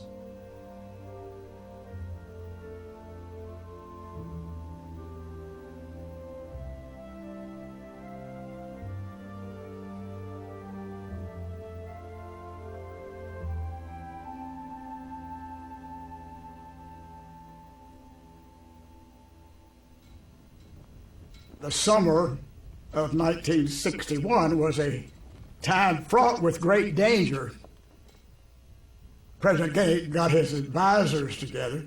There were a series of meetings about what to do about Berlin. on the one hand, you have the hardliners on Berlin, led by Dean Acheson, and then you have the softliners on Berlin, led by Arthur Schlesinger. But Acheson was the only one with a plan, and it's a tough one. Acheson wanted the President of the United States to declare a national emergency, raise taxes, fully mobilize the military, increase defense spending by $5 billion, go everything right up to the edge of war. What is Kennedy doing in this thing? Again, he's asking questions, constantly asking questions. And the question he's constantly coming back to is, what does the other guy do if we do this? The world is not deceived by the communist attempt to label Berlin as a hotbed of war. There is peace in Berlin today. The source of world trouble and tension is Moscow, not Berlin. And if war begins, it will have begun in Moscow and not Berlin. I think Khrushchev miscalculated with John Kennedy. He was a lot tougher than Khrushchev thought he was. Kennedy clearly wanted to send a signal to Khrushchev. He was ready to confront him militarily if that is what he chose. If he wanted war, the United States would be ready. We must meet our often stated pledge to the free peoples of West Berlin and maintain our rights and their safety, even in the face of force, in order to maintain the confidence of other free peoples in our word and our resolve. The message seemed to be how tough he was being with the Soviet Union, how he was standing up to them.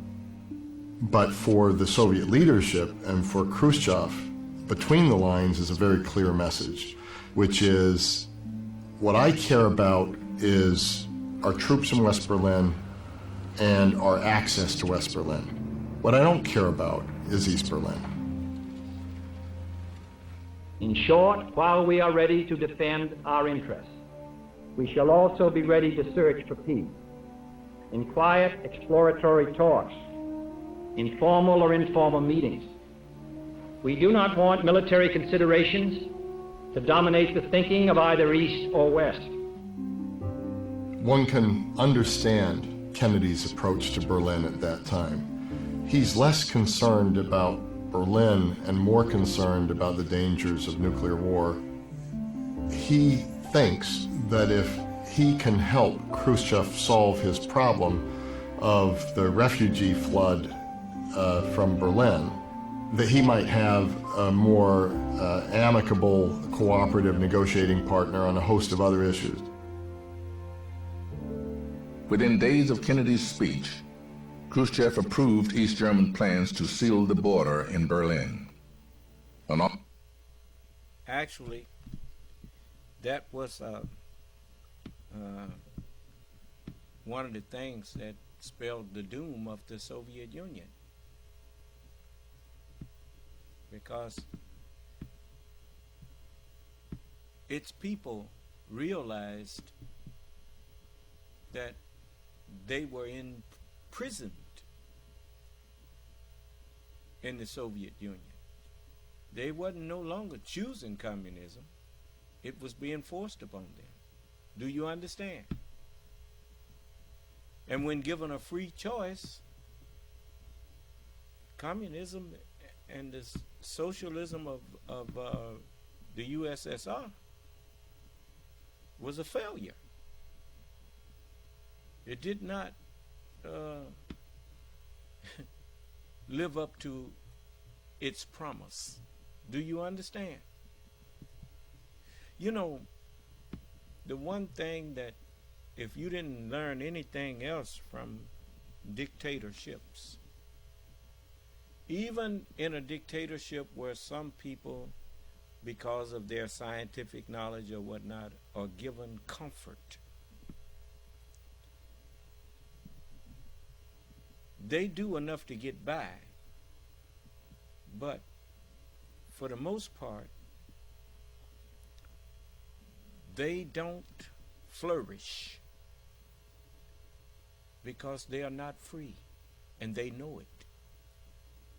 and they are complicit in their own servitude. Do you understand? And you can't create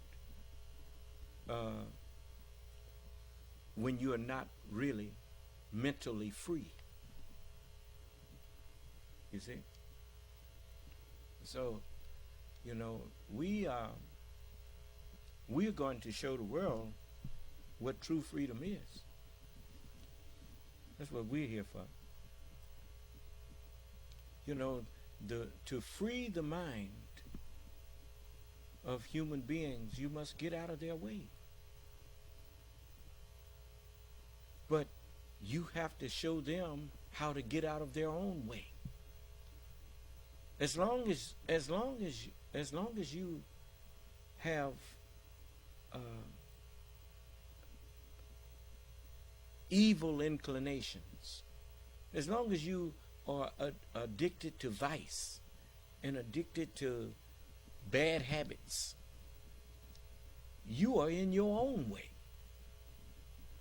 You are your greatest hindrance to true freedom. He that sinneth is the slave to sin. That's what Jesus taught you. But you don't have to abide in that forever. He said, continue in my words, and you will be my disciples in your deeds. Then you shall know the truth. You shall have interaction with the truth in a way that others who only hear it will never perceive it. Because to really know the truth, you have to do it. Do you understand? And when you do it, then the understanding of it comes to you, because now you know why it is done that way. Do you understand? And so you are no longer theoretically practicing a thing. But when you carry that thing into implementation, then it's no longer theory. It is becoming fact to you. You see? Then that will make you free. Free where? Free in your thinking. Free from being deceived by theoretical data that may be faulty, and you never know it because you didn't practice the truth. You only theorized about it. So you got some people that talk themselves into something and then talk themselves out of it. Well, you know, you should never so much as pick apart the good idea. Start picking it apart before you check its feasibility. Get the working model and then perfect that model. Do you understand? You see, don't talk yourself into it and then talk yourself out of it. So, you know, you'll find out what, you know, it's just like the automobile. The first automobile, the crude Model T, was a long way from the Lincoln Continental. Huh? But it started with the Model T. And then it was improved upon. The United States started off as 13 colonies. Slavery, suffering, and death for me and my people.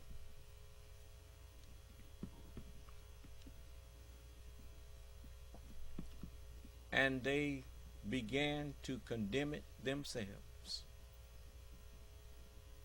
John Brown and others began to condemn what they was doing. and then put their lives on the line to put an end to it. Huh? Well then, it's always better when people correct themselves and God don't have to step in. But in the end, you see God did have to step in. Look what they're trying to do now. So, you know, if I was you, I would listen to Joe Biden, and I would listen to the sane voices that are telling you, you don't want to go backward. You don't want to be Lot's wife. You remember when it came time to leave it? The angels told him, don't look back. Why? Why are you looking back? Because you don't want to leave. That's why you're looking back. You don't really want to get out of this. Huh? Why are they going back to trying to rewrite history, trying to make it look like what happened didn't happen? Huh?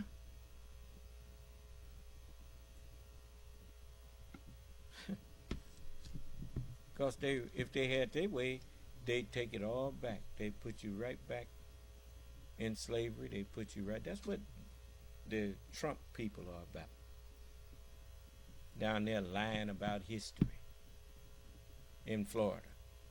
And they setting themselves as a model for the rest of the states. Take slavery out of history books. Turn it into something that was in our favor. Huh? They was actually doing us a favor. No, you were not doing us no favor.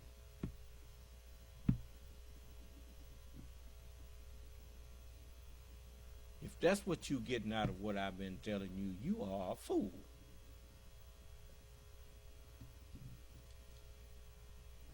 You murdered and raped our fathers and mothers. How many hundreds of thousands of us died in the Middle Passage?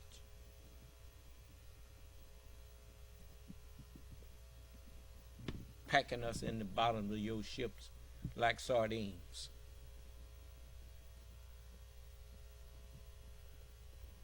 So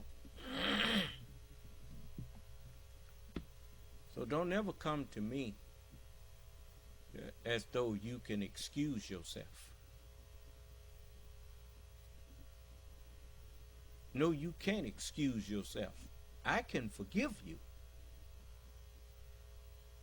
But forgiving is not excusing.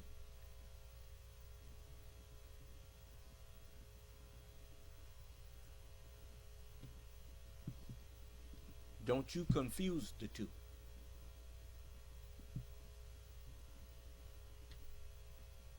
So,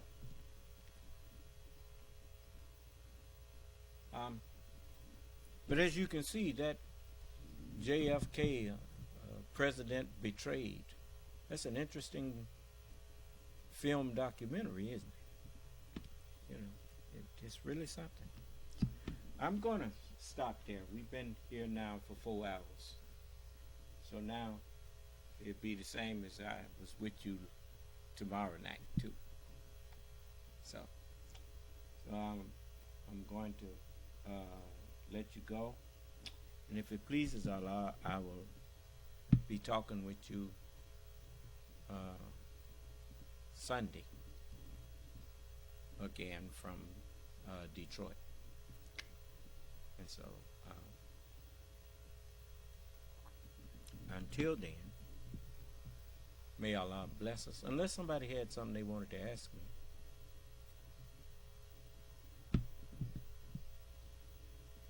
You know, when the Honorable Elijah Muhammad was here doing all of those great things for us, just like those who walking around here now talking about how black and proud they are, and they calling it Black History Month now. And you know they don't even mention the man who taught them that they were not Negroes, but they are black people. They are the Asiatic black people, the original people of the earth, the Honorable Elijah Muhammad, they don't mention him. To show you that is the epitome of ingratitude. You notice none of you can correct me when I say that. You can't say you got your black pride from Malcolm X. Malcolm X didn't give that to you. Neither did Farrakhan give that to you. Where did they get it from?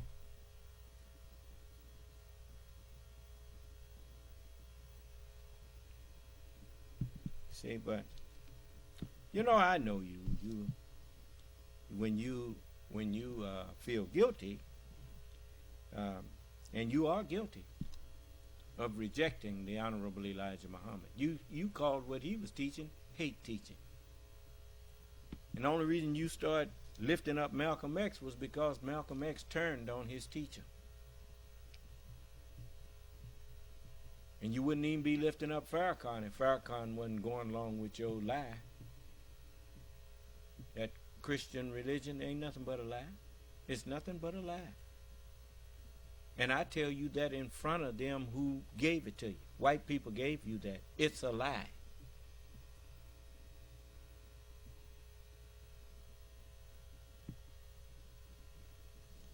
So, and because they ain't saying nothing, you ain't gonna have them to blame later. Because they heard me tell you that it's a lie, and they didn't open their mouth.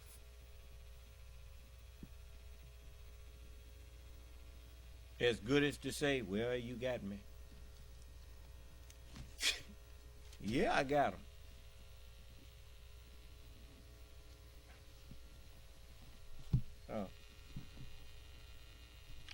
So I'm going to let you go now. And if it pleases Allah, I may take this up with you when I come back or whatnot. Unless I can find it online. If I find it online, I'll take it up with you probably Sunday. Otherwise, you have to wait till I get back here.